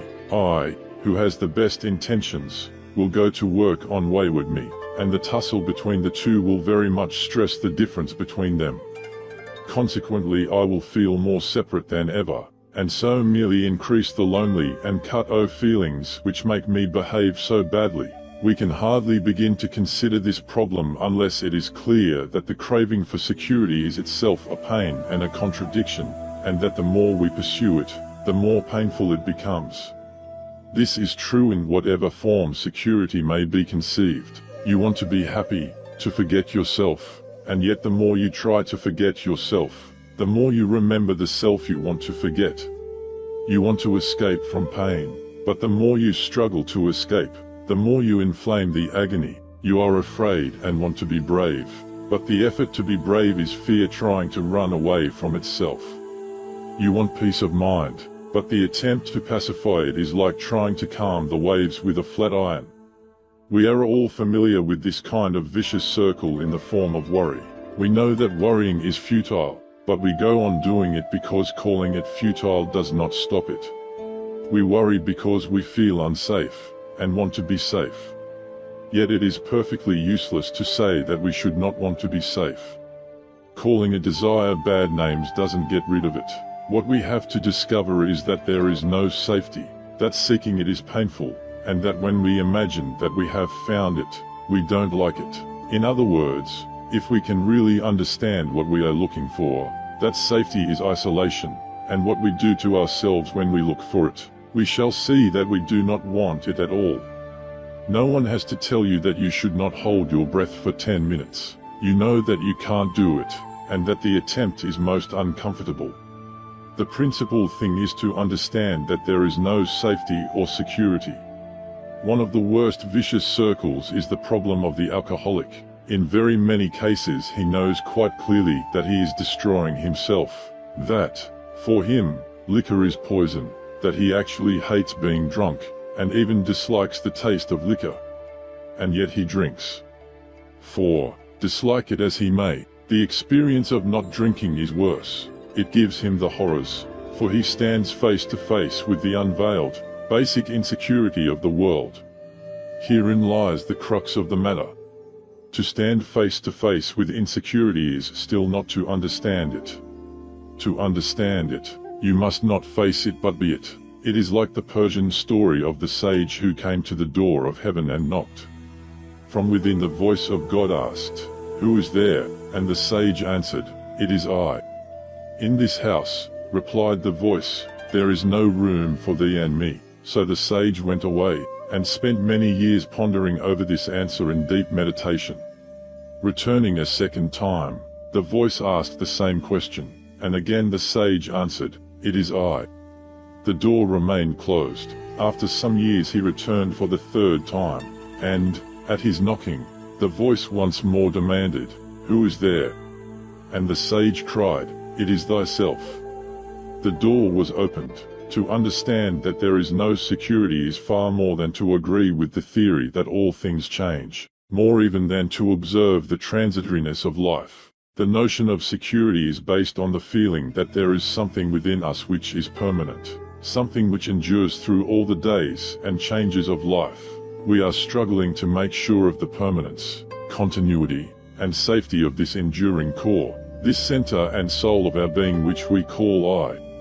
For this we think to be the real man, the thinker of our thoughts, the feeler of our feelings, and the knower of our knowledge. We do not actually understand that there is no security until we realize that this I does not exist. Understanding comes through awareness. Can we, then, approach our experience, our sensations, feelings, and thoughts, quite simply, as if we had never known them before, and, without prejudice, look at what is going on? You may ask, which experiences, which sensations and feelings, shall we look at? I will answer, which ones can you look at? The answer is that you must look at the ones you have now. That is surely rather obvious. But very obvious things are often overlooked. If a feeling is not present, you are not aware of it. There is no experience but present experience. What you know, what you are actually aware of, is just what is happening at this moment, and no more. But what about memories? Surely by remembering I can also know what is past. Very well, remember something. Remember the incident of seeing a friend walking down the street. What are you aware of? You are not actually watching the veritable event of your friend walking down the street. You can't go up and shake hands with him, or get an answer to a question you forgot to ask him at the past time you are remembering. In other words, you are not looking at the actual past at all. You are looking at a present trace of the past. It is like seeing the tracks of a bird on the sand. I see the present tracks. I do not, at the same time, see the bird making those tracks an hour before. The bird has own, and I am not aware of him. From the tracks I infer that a bird was there. From memories you infer that there have been past events. But you are not aware of any past events. You know the past only in the present and as part of the present. We are seeing, then, that our experience is altogether momentary. From one point of view, each moment is so elusive and so brief that we cannot even think about it before it has gone. From another point of view, this moment is always here, since we know no other moment than the present moment. It is always dying, always becoming past more rapidly than imagination can conceive. Yet at the same time it is always being born, always new, emerging just as rapidly from that complete unknown which we call the future.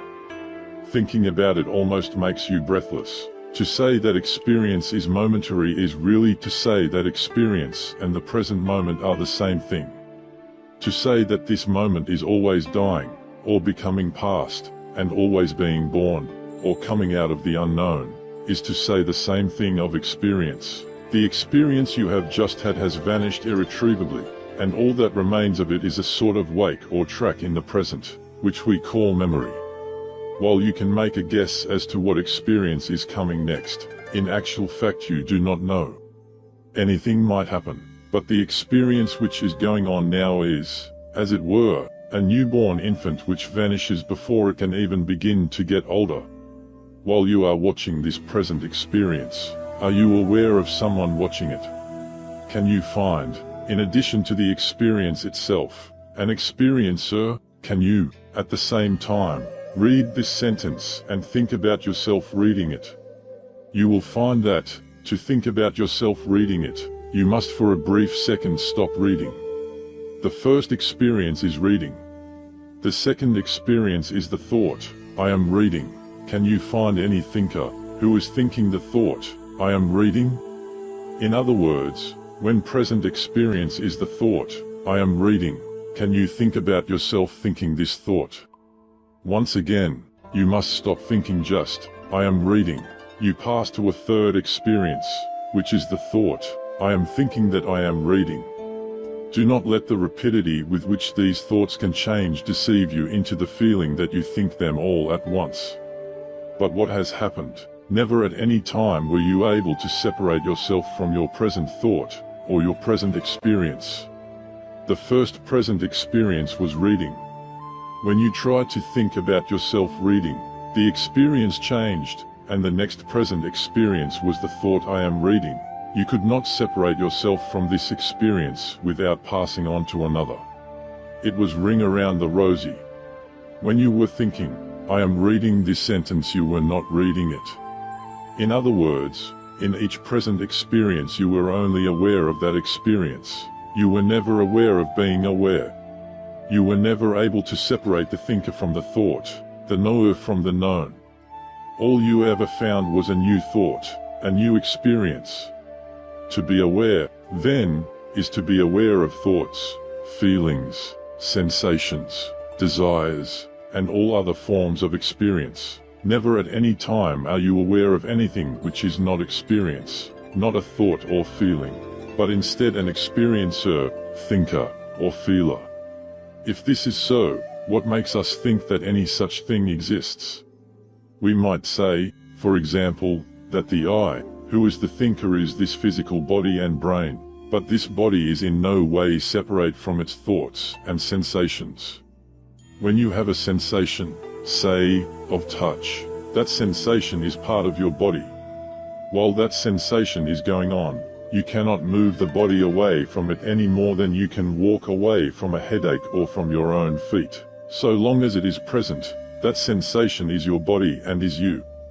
You can remove the body from an uncomfortable chair, but you cannot move it from the sensation of a chair. The notion of a separate thinker, of an I distinct from the experience, comes from memory and from the rapidity with which thought changes.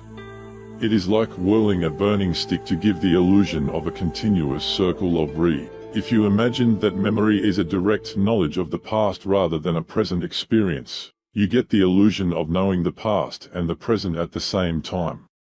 This suggests that there is something in you distinct from both the past and the present experiences. You reason, I know this present experience, and it is different from that past experience. If I can compare the two, and notice that experience has changed, I must be something constant and apart.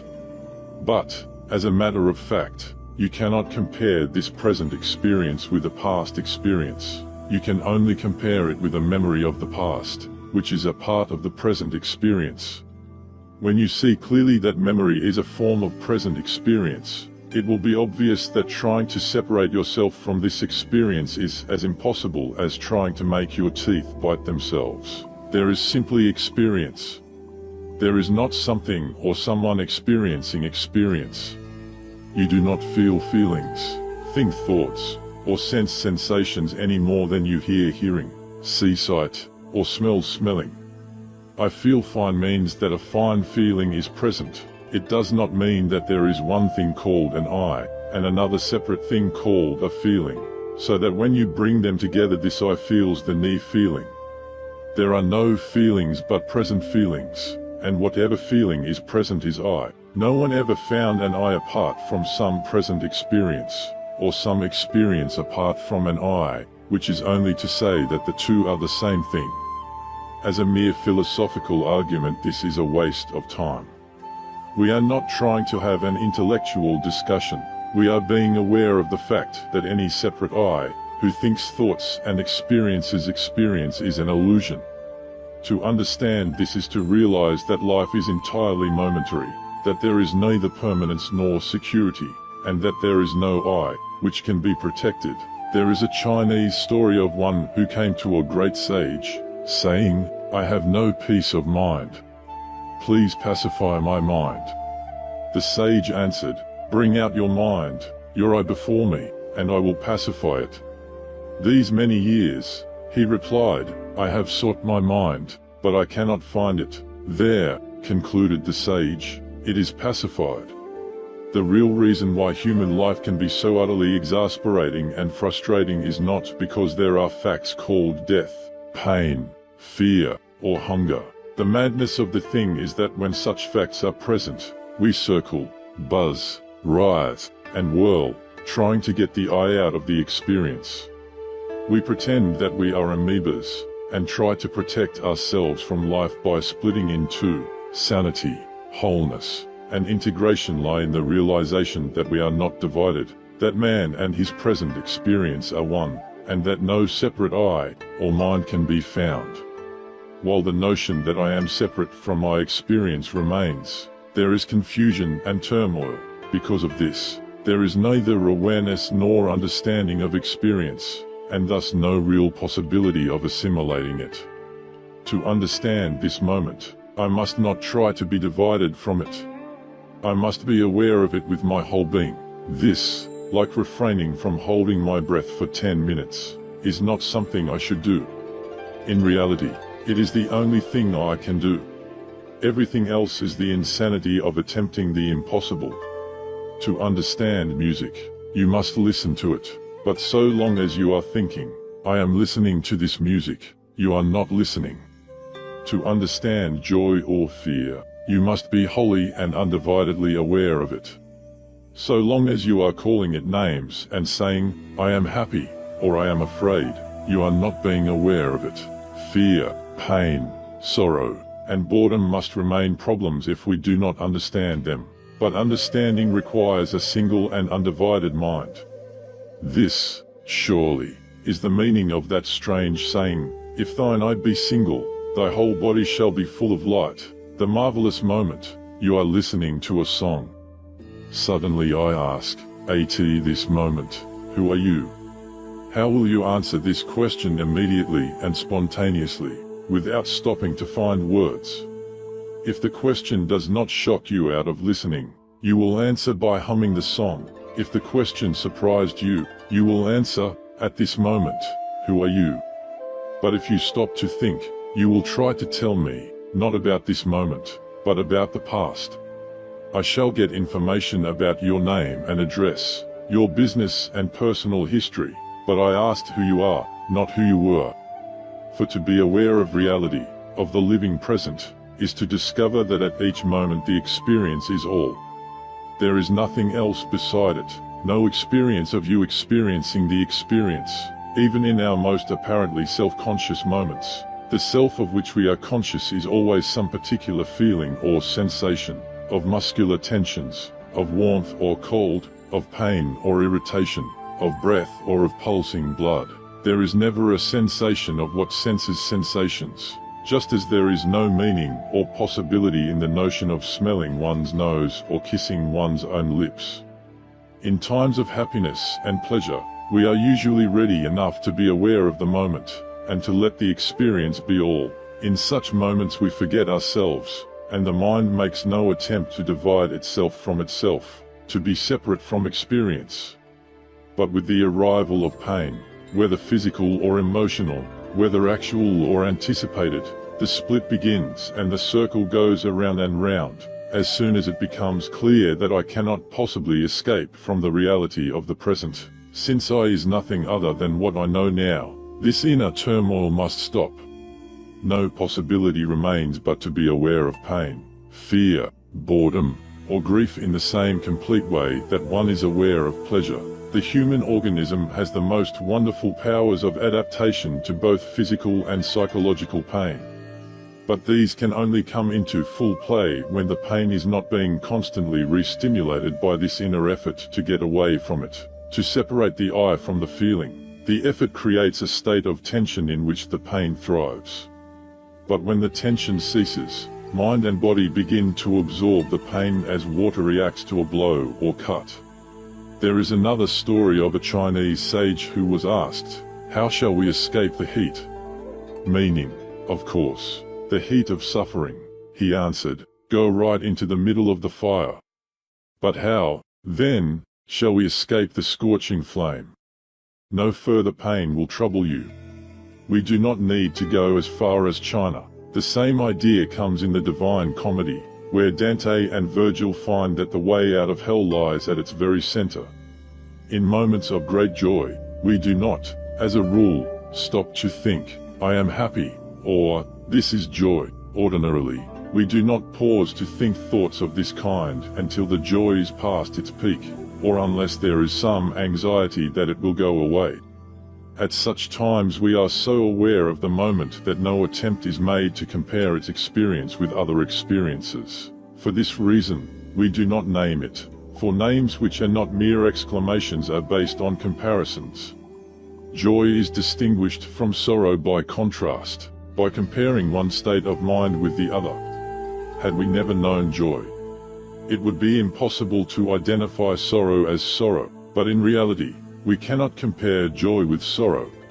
Comparison is possible only by the very rapid alternation of two states of mind, and you cannot switch back and forth between the genuine feelings of joy and sorrow as you can shift your eyes between a cat and a dog. Sorrow can only be compared with the memory of joy, which is not at all the same thing as joy itself. Like words, memories never really succeed in catching reality. Memories are somewhat abstract, being a knowledge about things rather than of things. Memory never captures the essence, the present intensity, the concrete reality of an experience. It is, as it were, the corpse of an experience, from which the life has vanished. What we know by memory, we know only at second hand. Memories are dead because fixed. The memory of your deceased grandmother can only repeat what your grandmother was. But the real, present grandmother could always do or say something new, and you were never absolutely sure what she would do next.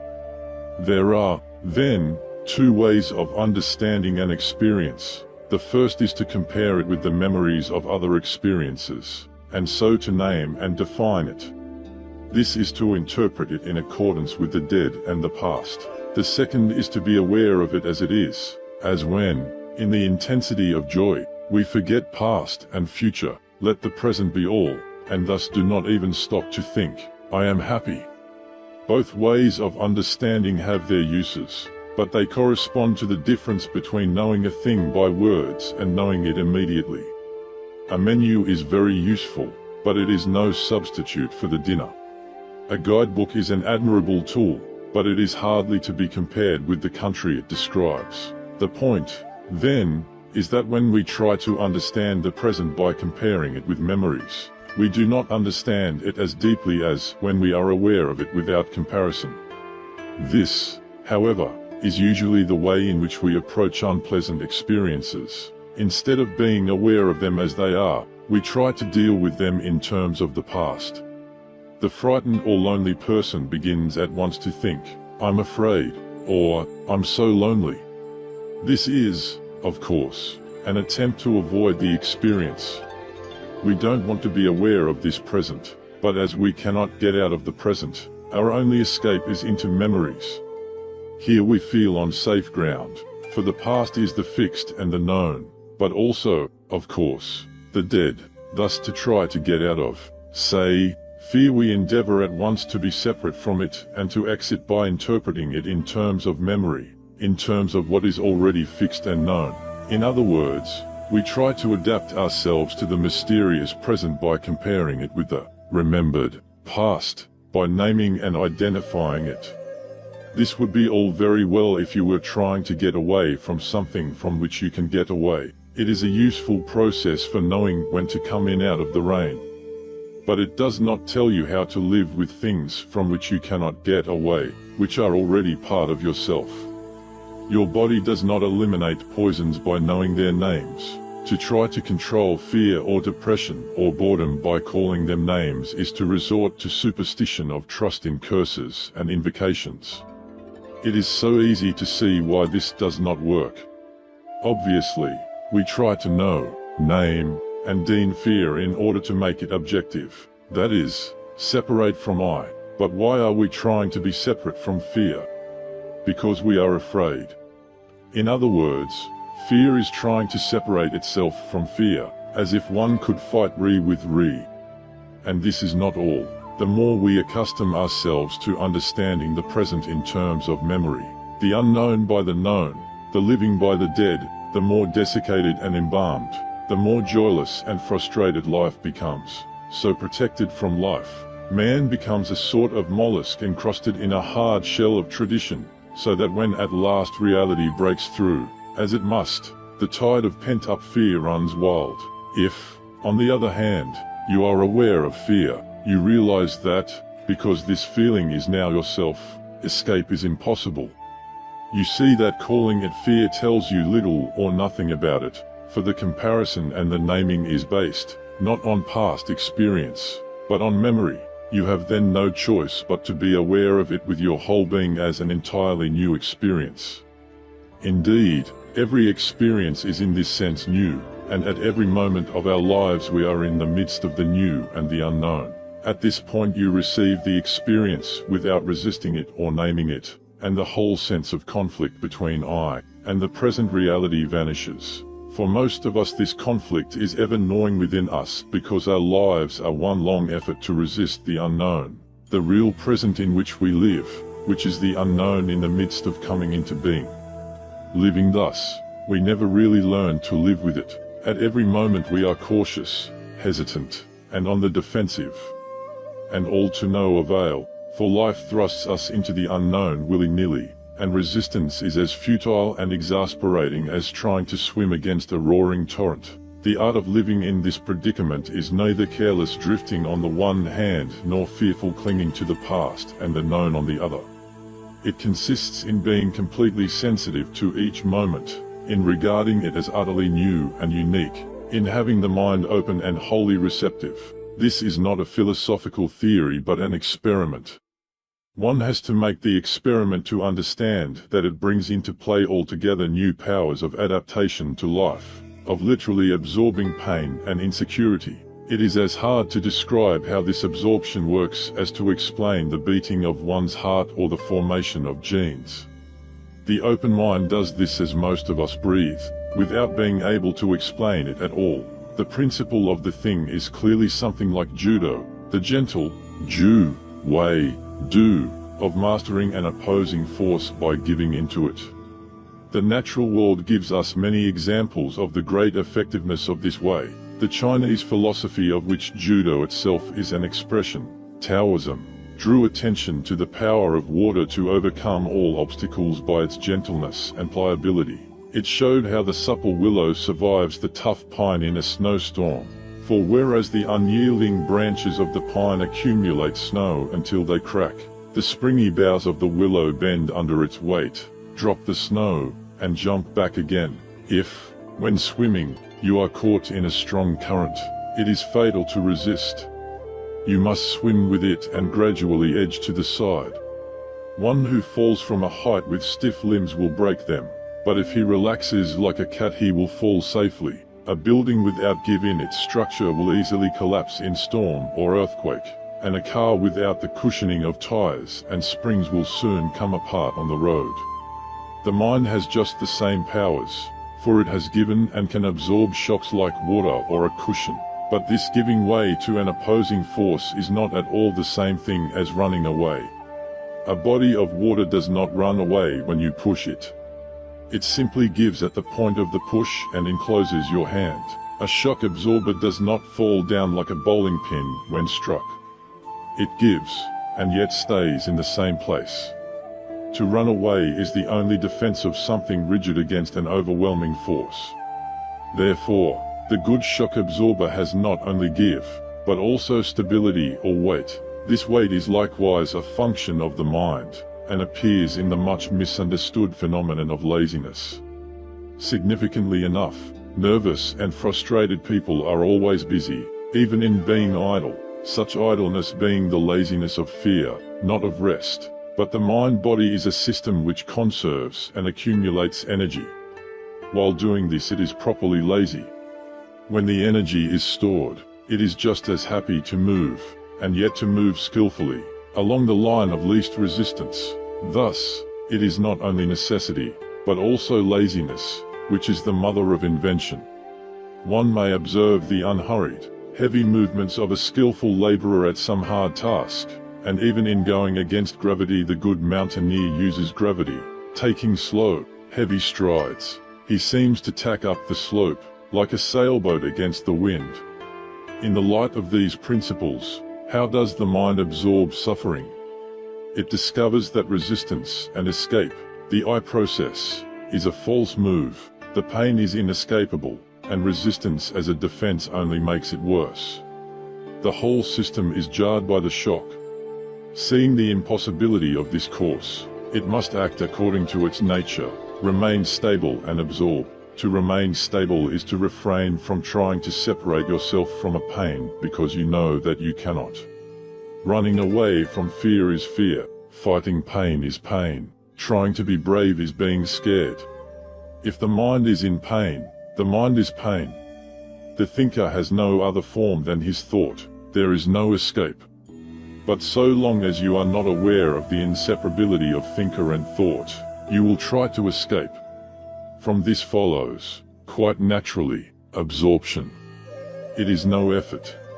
The mind does it by itself, seeing that there is no escape from the pain. The mind yields to it, absorbs it, and becomes conscious of just pain without any I feeling it or resisting it. It experiences pain in the same complete, unself-conscious way in which it experiences pleasure. Pain is the nature of this present moment, and I can only live in this moment. Sometimes, when resistance ceases, the pain simply goes away or dwindles to an easily tolerable ache. At other times it remains, but the absence of any resistance brings about a way of feeling pain so unfamiliar as to be hard to describe.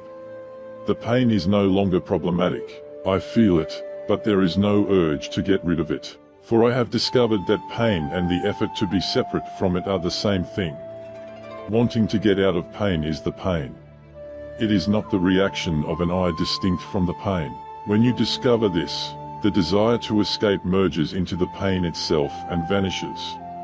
Discounting aspirin for the moment, you cannot remove your head from a headache as you can remove your hand from aim. You equals head equals ache. When you actually see that you are the pain, pain ceases to be a motive, for there is no one to be moved. It becomes, in the true sense, of no consequence. It hurts, period. This, however, is not an experiment to be held in reserve, as a trick, for moments of crisis. It is a way of life. It means being aware, alert, and sensitive to the present moment always, in all actions and relations whatsoever, beginning at this instant. This, in turn, depends upon seeing that you have really no choice but to be aware, because you cannot separate yourself from the present and you cannot define it. You can, indeed, refuse to admit this, but only at the cost of the immense and futile effort of spending your whole life resisting the inevitable. Once this is understood, it is really absurd to say that there is a choice or an alternative between these two ways of life, between resisting the stream in fruitless panic, and having one's eyes open to a new world, transformed, and ever new with wonder. The key is understanding.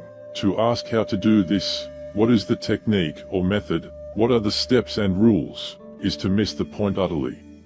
Methods are for creating things which do not yet exist. We are concerned here with understanding something which is the present moment. This is not a psychological or spiritual discipline for self-improvement. It is simply being aware of this present experience, and realizing that you can neither deem it nor divide yourself from it. There is no rule but look. It is no mere poetic sentiment to say that, with the mind thus opened, we look into a new world, as new as on the first day of creation, when the morning stars sang together, and all the sons of God shouted for joy, by trying to understand everything in terms of memory, the past, and words. We have, as it were, had our noses in the guidebook for most of our lives, and have never looked at the view. Whitehead's criticism of traditional education is applicable to our whole way of living. We are too exclusively bookish in our scholastic routine. In the Garden of Eden, Adam saw the animals before he named them. In the traditional system, children named the animals before they saw them. In the widest sense of the word, To name is to interpret experience by the past, to translate it into terms of memory, to bind the unknown into the system of the known. Civilized man knows of hardly any other way of understanding things. Everybody, everything, has to have its label, its number, certificate, registration, classification. What is not classified is irregular, unpredictable, and dangerous. Without passport, birth certificate, or membership in some nation, one's existence is not recognized. If you do not agree with the capitalists, they call you a communist, and vice versa. A person who agrees with neither point of view is fast becoming unintelligible. That there is a way of looking at life apart from all conceptions, beliefs, opinions, and theories is the remotest of all possibilities from the modern mind. If such a point of view exists, it can only be in the vacant brain of a moron. We suffer from the delusion that the entire universe is held in order by the categories of human thought, fearing that if we do not hold to them with the utmost tenacity, everything will vanish into chaos. We must repeat, memory, thought, language, and logic are essential to human life. They are one half of sanity. But a person, a society, which is only half sane is insane. To look at life without words is not to lose the ability to form words, to think, remember, and plan. To be silent is not to lose your tongue. On the contrary, it is only through silence that one can discover something new to talk about. One who talked incessantly, without stopping to look and listen, would repeat himself ad nauseam. It is the same with thinking, which is really silent talking. It is not, by itself, open to the discovery of anything new, for its only novelties are simply rearrangements of old words and ideas. There was a time when language was constantly being enriched by new words, a time when men, like Adam, saw things before they named them. Today, almost all new words are rearrangements of old words, for we are no longer thinking creatively. By this I do not mean that we ought all to be popping with inventions and revolutionary discoveries. This is the, always rare, power of those who can both see the unknown and interpret it. For most of us, the other half of sanity lies simply in seeing and enjoying the unknown, just as we can enjoy music without knowing either how it is written or how the body hears it. Certainly, the revolutionary thinker must go beyond thought. He knows that almost all his best ideas come to him when thinking has stopped. He may have struggled and struggled to understand a problem in terms of old ways of thinking, only to find it impossible. But when thought stops from exhaustion, the mind is open to see the problem as it is, not as it is verbalized, and at once it is understood. But going beyond thought is not reserved to men of genius. It is open to all of us insofar as the mystery of life is not a problem to be solved, but a reality to be experienced. It is given to many to be seers, but too few to be prophets. Many can listen to music, but few can perform and compose. But you cannot even listen if you can hear only in terms of the past. What should we make of one of Mozart's symphonies if our ears were attuned only to the music of tom-toms? We might get the rhythms, but almost nothing of the harmony and melody. In other words, we should fail to discover an essential element of the music. To be able to hear, much less write, such a symphony, men had to discover new noises, the vibrations of catgut, the sound of air in a tube, and the hum of a plucked wire. They had to discover the whole world of tone, as something entirely different from pulse. If I can only conceive pulse, I cannot appreciate tone. If I can think of painting only as a way of making colored photographs without a camera, I can see nothing but ineptitude in a Chinese landscape. We learn nothing of very much importance when it can be explained entirely in terms of past experience. If it were possible to understand all things in terms of what we know already, we could convey the sense of color to a blind man with nothing but sound, taste, touch, and smell. If this is true in the various arts and sciences, it is 1,000 times truer when we come to the understanding of life in a larger sense and want to have some knowledge of the ultimate reality, or God. It is surely absurd to seek God in terms of a preconceived idea of what God is. To seek thus is only to find what we know already, which is why it is so easy to deceive oneself into all manner of supernatural experiences and visions. To believe in God and to look for the God you believe in is simply to seek confirmation of an opinion, to ask for a revelation of God's will, and then to test it by reference to your preconceived moral standards is to make a mockery of asking. You knew the answer already. Seeking for God in this way is no more than asking for the stamp of absolute authority and certainty on what you believe in any case, for a guarantee that the unknown and the future will be a continuation of what you want to retain from the past, a bigger and better fortress for Ian Festberg. If we are open only to discoveries which will accord with what we know already, we may as well stay shut. This is why the marvelous achievements of science and technology are of so little real use to us. It is in vain that we can predict and control the course of events in the future, unless we know how to live in the present. It is in vain that doctors prolong life if we spend the extra time being anxious to live still longer. It is in vain that engineers devise faster and easier means of travel if the new sights that we see are merely sorted and understood in terms of old prejudices. It is in vain that we get the power of the atom if we are just to continue in the rut of blowing people up. Tools such as these, as well as the tools of language and thought, are of real use to men only if they are awake, not lost in the dreamland of past and future, but in the closest touch with that point of experience where reality can alone be discovered. This moment, here life is alive, vibrant, vivid, and present, containing depths which we have hardly begun to explore. But to see and understand it at all, the mind must not be divided into I and this experience. The moment must be what it always is, all that you are and all that you know. In this house there is no room for thee and me. The transformation of life. The white man fancies himself as a practical person who wants to get results. He is impatient with theory, and with any discussion which does not immediately get down to concrete applications. This is why the behavior of Western civilization might be described, in general, as much ado about nothing. The proper meaning of theory is not idle speculation but vision, and it was rightly said that, where there is no vision the people perish. But vision in this sense does not mean dreams and ideals for the future. It means understanding of life as it is, of what we are, and what we are doing. Without such understanding it is simply ridiculous to talk of being practical and getting results. It is like walking busily in a fog, you just go round and round.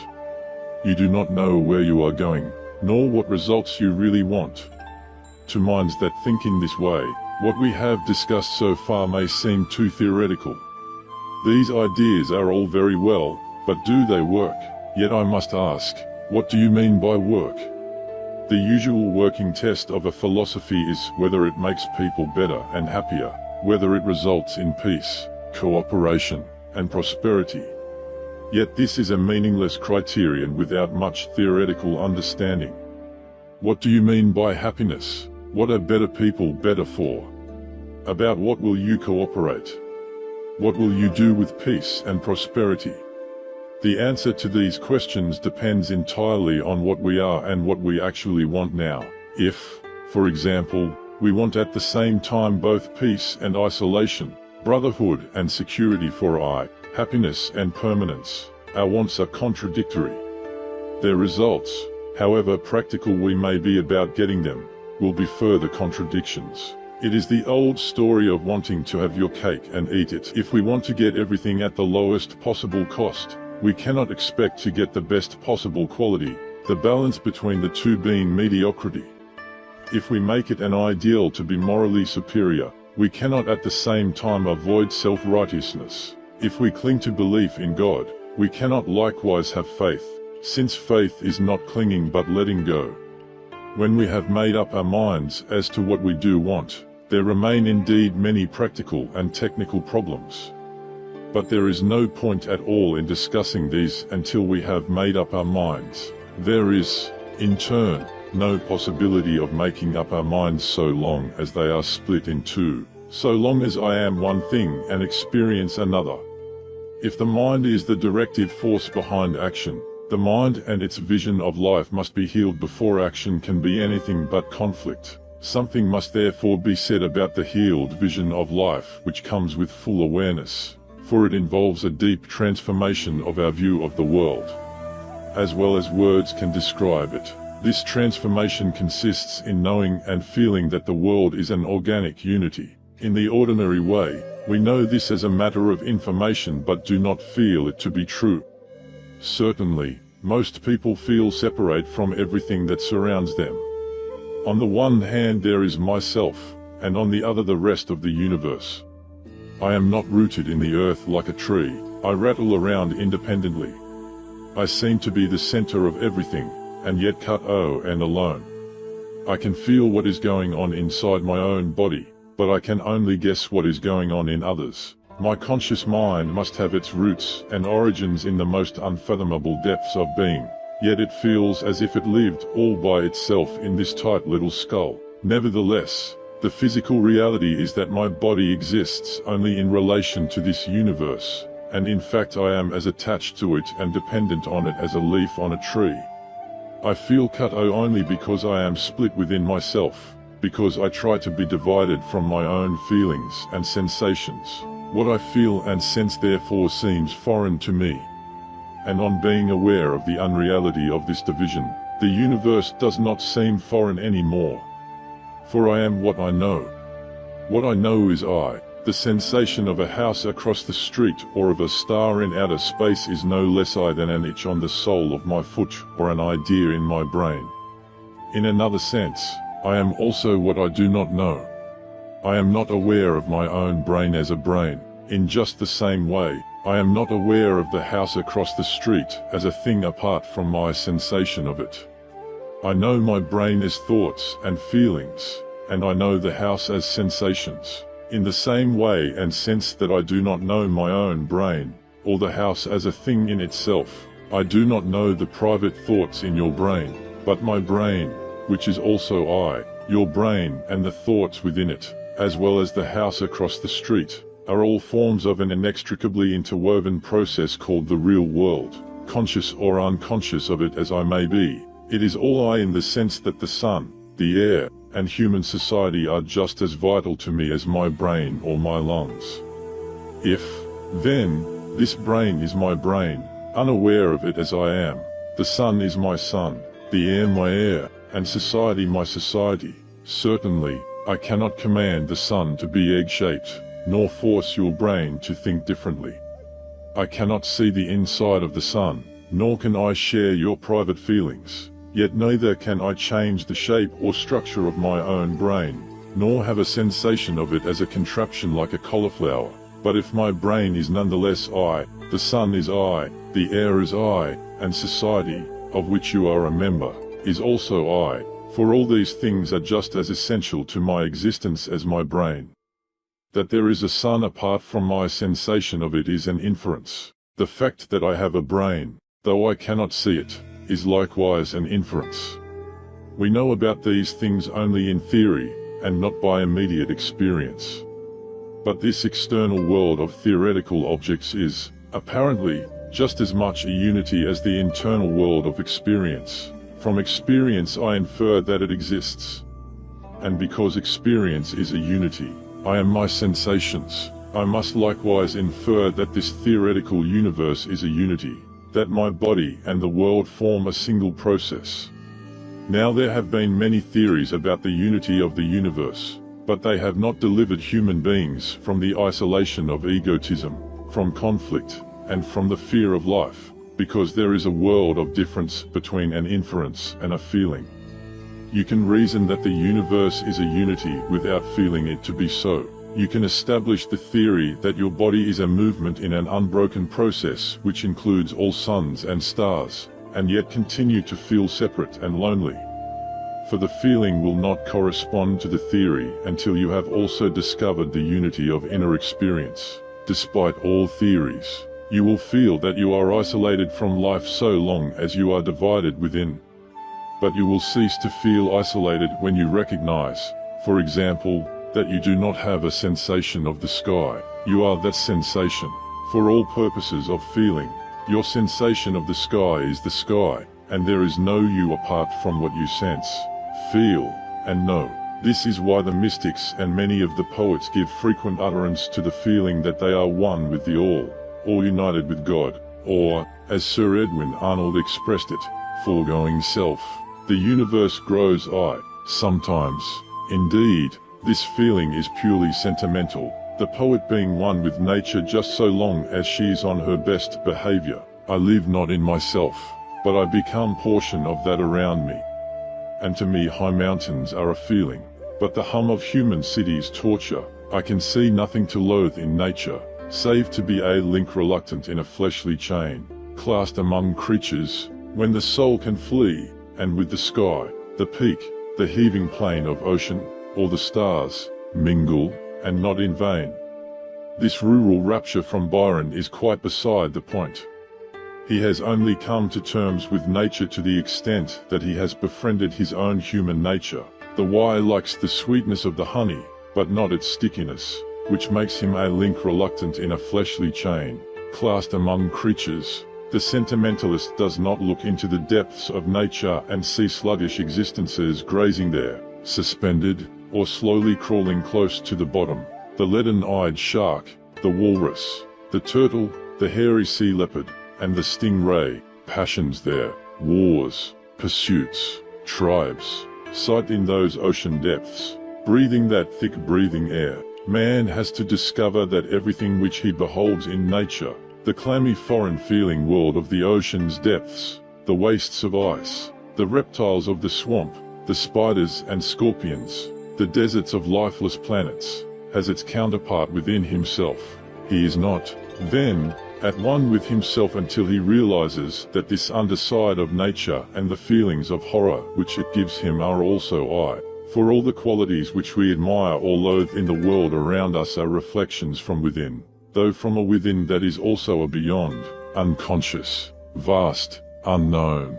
Our feelings about the crawling world of the wasp's nest and the snake pit are feelings about hidden aspects of our own bodies and brains, and of all their potentialities for unfamiliar creeps and shivers, for unsightly diseases, and unimaginable pains. I do not know whether it is true, but it is said that some of the great sages and holy men have an apparently supernatural power over beasts and reptiles which are always dangerous to ordinary mortals. If this is true, it is certainly because they are able to live at peace with the beasts and reptiles in themselves.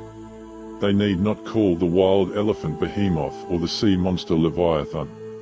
They address them familiarly as long nose and slimy. The sense of unity with the all is not, however, a nebulous state of mind, a sort of trance, in which all form and distinction is abolished, as if man and the universe merged into a luminous mist of pale mauve, just as process and form, energy and matter, myself and experience, are names for, and ways of looking at, the same thing.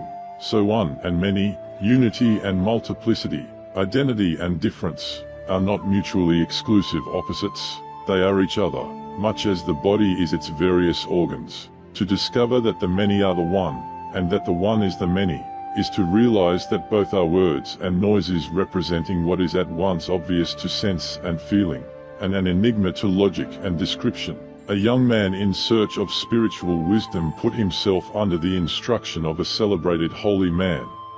The sage made him his personal attendant, and after some months the young man complained that thus far, he had received no instruction. "What do you mean?" exclaimed the holy man. "When you brought me my rice, didn't I eat it? When you brought me my tea, didn't I drink it? When you made salutations to me, didn't I return them? When have I ever neglected to give you instruction?" "I'm afraid I don't understand," said the young man, totally misted.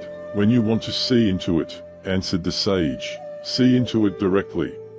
When you begin to think about it, it is altogether mist, plucking chrysanthemums along the east fence, gazing in silence at the southern hills, the birds eyeing home in pairs through the soft mountain air of dusk, In these things there is a deep meaning, but when we are about to express it, we suddenly forget the words. The meaning is not the contemplative, twilight, and, perhaps, superficially idyllic atmosphere beloved of Chinese poets. This is already expressed, and the poet does not gild the lily. He will not, like so many Western poets, turn philosopher and say that he is one with the flowers, the fence, the hills, and the birds. This, too, is gilding the lily, or, in his own Oriental idiom, putting legs on a snake. For when you really understand that you are what you see and know, you do not run around the countryside thinking, I am all this. There is simply all this. The feeling that we stand face to face with the world, cut and set apart, has the greatest influence on thought and action. Philosophers, for example, often fail to recognize that their remarks about the universe apply also to themselves and their remarks. If the universe is meaningless, so is the statement that it is so. If this world is a vicious trap, so is its accuser, and the pot is calling the kettle black. In the strictest sense, we cannot actually think about life and reality at all, because this would have to include thinking about thinking, thinking about thinking about thinking, and so ad infinitum. One can only attempt a rational, descriptive philosophy of the universe on the assumption that one is totally separate from it.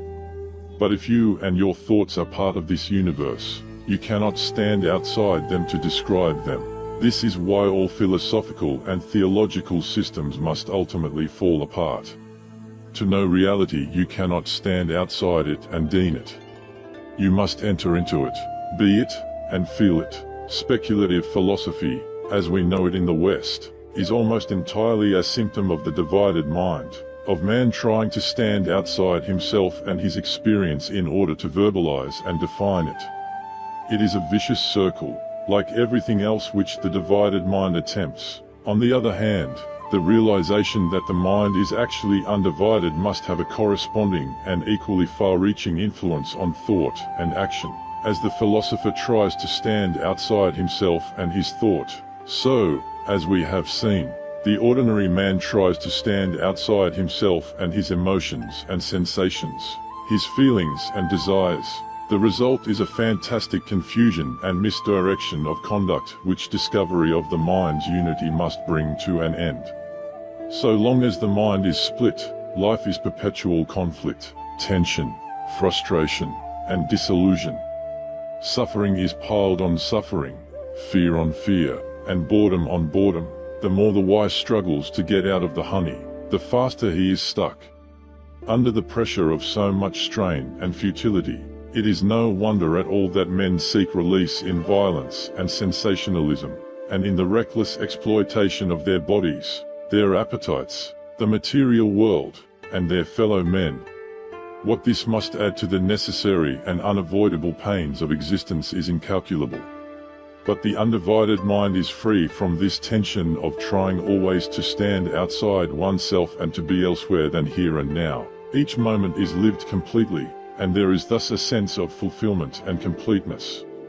The divided mind comes to the dinner table and pecks at one dish after another, rushing on without digesting anything to find one better than the last. It finds nothing good, because there is nothing which it really tastes.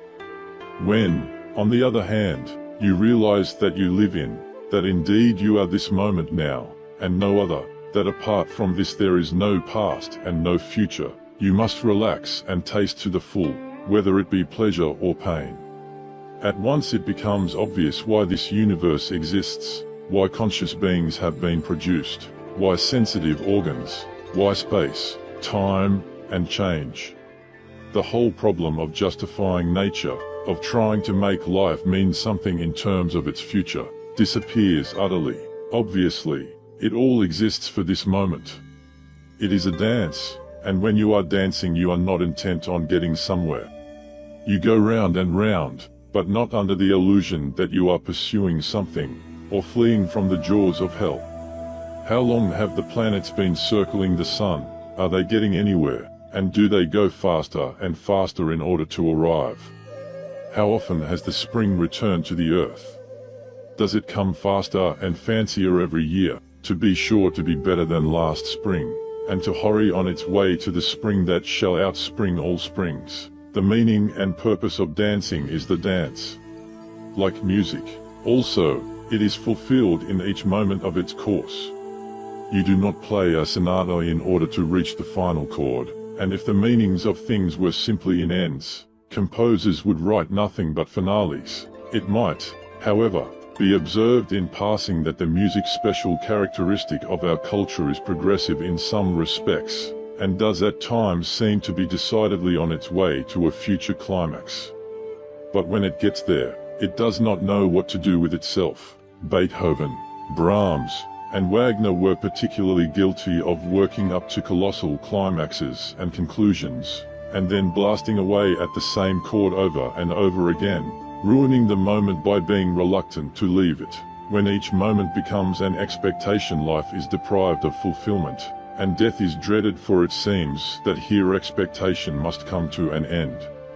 While there is life there is hope, and if one lives on hope, death is indeed the end.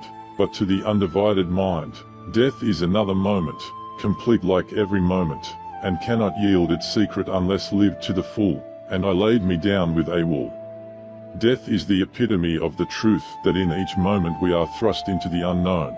Here all clinging to security is compelled to cease, and wherever the past is dropped away and safety abandoned, life is renewed. Death is the unknown in which all of us lived before birth.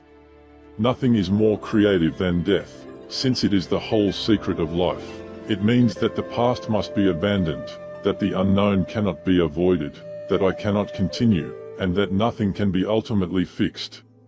When a man knows this, he lives for the first time in his life. By holding his breath, he loses it. By letting it go, he finds it. Creative morality. It is perhaps a paradox to talk about creative morality, for morality is derived from a word meaning custom and convention, and the regulation of life by rules. But morality has also come to mean the working of love in human relations, and in this sense, we can speak of a morality which is creative. Saint Augustine described it as, love, and do what you will. But the problem has always been how to love what you do not like. If morality is the art of living together, it is clear that rules, or rather techniques, have a place in it. For many of the problems of a community are technical problems. The distribution of wealth and population, the proper management of natural resources, the organization of family life, the care of the sick and disabled, and the harmonious adaptation of individual differences. The moralist is therefore a technician who is consulted on these problems as one consults an architect on building a house or an engineer on erecting a bridge. Like medicine, shoemaking, cookery, tailoring, farming, and carpentry, living together requires a certain know-how. It demands the acquisition and use of certain skills. But the moralist has, in practice, become much more than a technical consultant.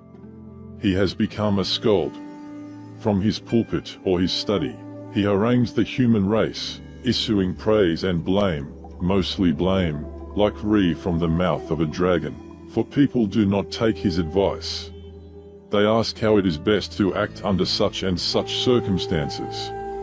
He tells them, and they seem to agree that he is right. But then they go away and do something different, for they find his advice too difficult or have a strong desire to do the opposite. This happens so regularly that the moralist loses his temper and begins to call them bad names. When this has no effect, he resorts to physical violence, implementing his advice with policemen, punishments, and prisons. For the community is its own moralist. It elects and pays judges, policemen, and preachers, as if to say, when I am difficult, please kick me. At first sight the problem seems to boil down to this: morals are for avoiding an unfair distribution of pleasure and pain. This means that some individuals must get less pleasure and more pain. As a rule, these individuals will only submit to the sacrifice under the threat of still more pain if they do not cooperate. This is based on the assumption that every man is for himself, and observes the interests of the community only to the extent that these are obviously his own interests. From this, moralists have evolved the theory that man is basically selfish, or that he has an inherent bias towards evil. The natural man lives for one motive: to protect his body from pain and to associate it with pleasure. Because he can only feel with his own body, he has little interest in the feelings of other bodies. Therefore, he will only take interest in other bodies under the stimulus of rewards and punishments, that is, by an exploitation of his self-interest in the interest of the community. Happily, the problem is not quite so simple, for among the things that give man pleasure are relations with other human beings, conversation, eating together, singing, dancing, having children, and cooperation in work which many hands make light. Indeed, one of the highest pleasures is to be more or less unconscious of one's own existence, to be absorbed in interesting sights, sounds, places, and people. Conversely, one of the greatest pains is to be self-conscious, to feel unabsorbed and cut off from the community and the surrounding world. But this whole problem has no solution while we think about it in terms of the pleasure-pain motivation, or, indeed, in terms of any motivation at all. For man has a moral problem, which other community-living animals do not have, for the very reason that he is so much concerned with motives. If it is true that man is necessarily motivated by the pleasure-pain principle, there is no point whatsoever in discussing human conduct. Motivated conduct is determined conduct. It will be what it will be, no matter what anyone has to say about it. There can be no creative morality unless man has the possibility of freedom. This is where the moralists make their mistake. If they want man to change his way of life, they must assume that he is free, for if he is not, all the raging and protesting in the world will make no difference. On the other hand, a man who is acting from the fear of a moralist's threat or from the lure of his promises is not making a free act. If man is not free, threats and promises may modify his conduct, but they will not change it in any essential respect. If he is free, threats and promises will not make him use his freedom. The meaning of freedom can never be grasped by the divided mind. If I feel separate from my experience, and from the world, freedom will seem to be the extent to which I can push the world around, and fate the extent to which the world pushes me around. But to the whole mind there is no contrast of I and the world. There is just one process acting, and it does everything that happens. It raises my little finger and it creates earthquakes. Or, if you want to put it that way, I raise my little finger and also make earthquakes. No one fates and no one is being fated. Of course, this is a strange view of freedom. We are accustomed to think that, if there is any freedom at all, it resides, not in nature, but in the separate human will and its power of choice. But what we ordinarily mean by choice is not freedom. Choices are usually decisions motivated by pleasure and pain, and the divided mind acts with the sole purpose of getting I into pleasure and out of pain. But the best pleasures are those for which we do not plan, and the worst part of pain is expecting it and trying to get away from it when it has come. You cannot plan to be happy. You can plan to exist, but in themselves existence and non-existence are neither pleasurable nor painful. I am even assured by doctors that there are circumstances under which death can be a highly pleasant experience. The sense of not being free comes from trying to do things which are impossible and even meaningless. You are not free to draw a square circle, to live without a head, or to stop certain reflex actions. These are not obstacles to freedom. They are the conditions of freedom. I am not free to draw a circle if perchance it should turn out to be a square circle. I am not, thank heaven, free to walk out of doors and leave my head at home. Likewise, I am not free to live in any moment but this one, or to separate myself from my feelings. In short, I am not free when I am trying to do something contradictory, such as to move without changing position, or to burn my finger without feeling pain.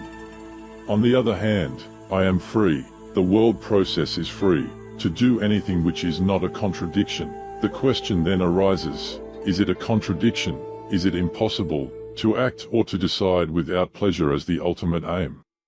The theory that we must inevitably do what gives us the greater pleasure or the lesser pain is a meaningless assertion based on verbal confusion. To say that I decide to do something because it pleases me says only that I decide to do it because I decide to do it. If pleasure is defined in the beginning as what I prefer, then what I prefer will always be pleasure. If I prefer pain, like a masochist, then pain will be pleasure. In short, the theory begs the question at the start by saying that pleasure means what we desire. Therefore, anything that we desire is pleasure. But I fall straight into contradiction when I try to act and decide in order to be happy, when I make being pleased my future goal. For the more my actions are directed towards future pleasures, the more I am incapable of enjoying any pleasures at all. For all pleasures are present, and nothing save complete awareness of the present can even begin to guarantee future happiness. I can act in order to eat tomorrow, or take a trip to the mountains next week, but there is really no way of being certain that this will make me happy. On the contrary, it is common experience that nothing ruins a pleasure so much as watching yourself in the midst of it to see whether it pleases you. You can only live in one moment at a time, and you cannot think simultaneously about listening to the waves and whether you are enjoying listening to the waves. Contradictions of this kind are the only real types of action without freedom. There is another theory of determinism which states that all our actions are motivated by unconscious mental mechanisms, and that for this reason even the most spontaneous decisions are not free. This is but another example of split-mindedness. For what is the difference between me and mental mechanisms, whether conscious or unconscious? Who is being moved by these processes? The notion that anyone is being motivated comes from the persisting illusion of I, the real man, the organism in relation to the universe, is this unconscious motivation. And because he is it, he is not being moved by it. In other words, it is not motivation.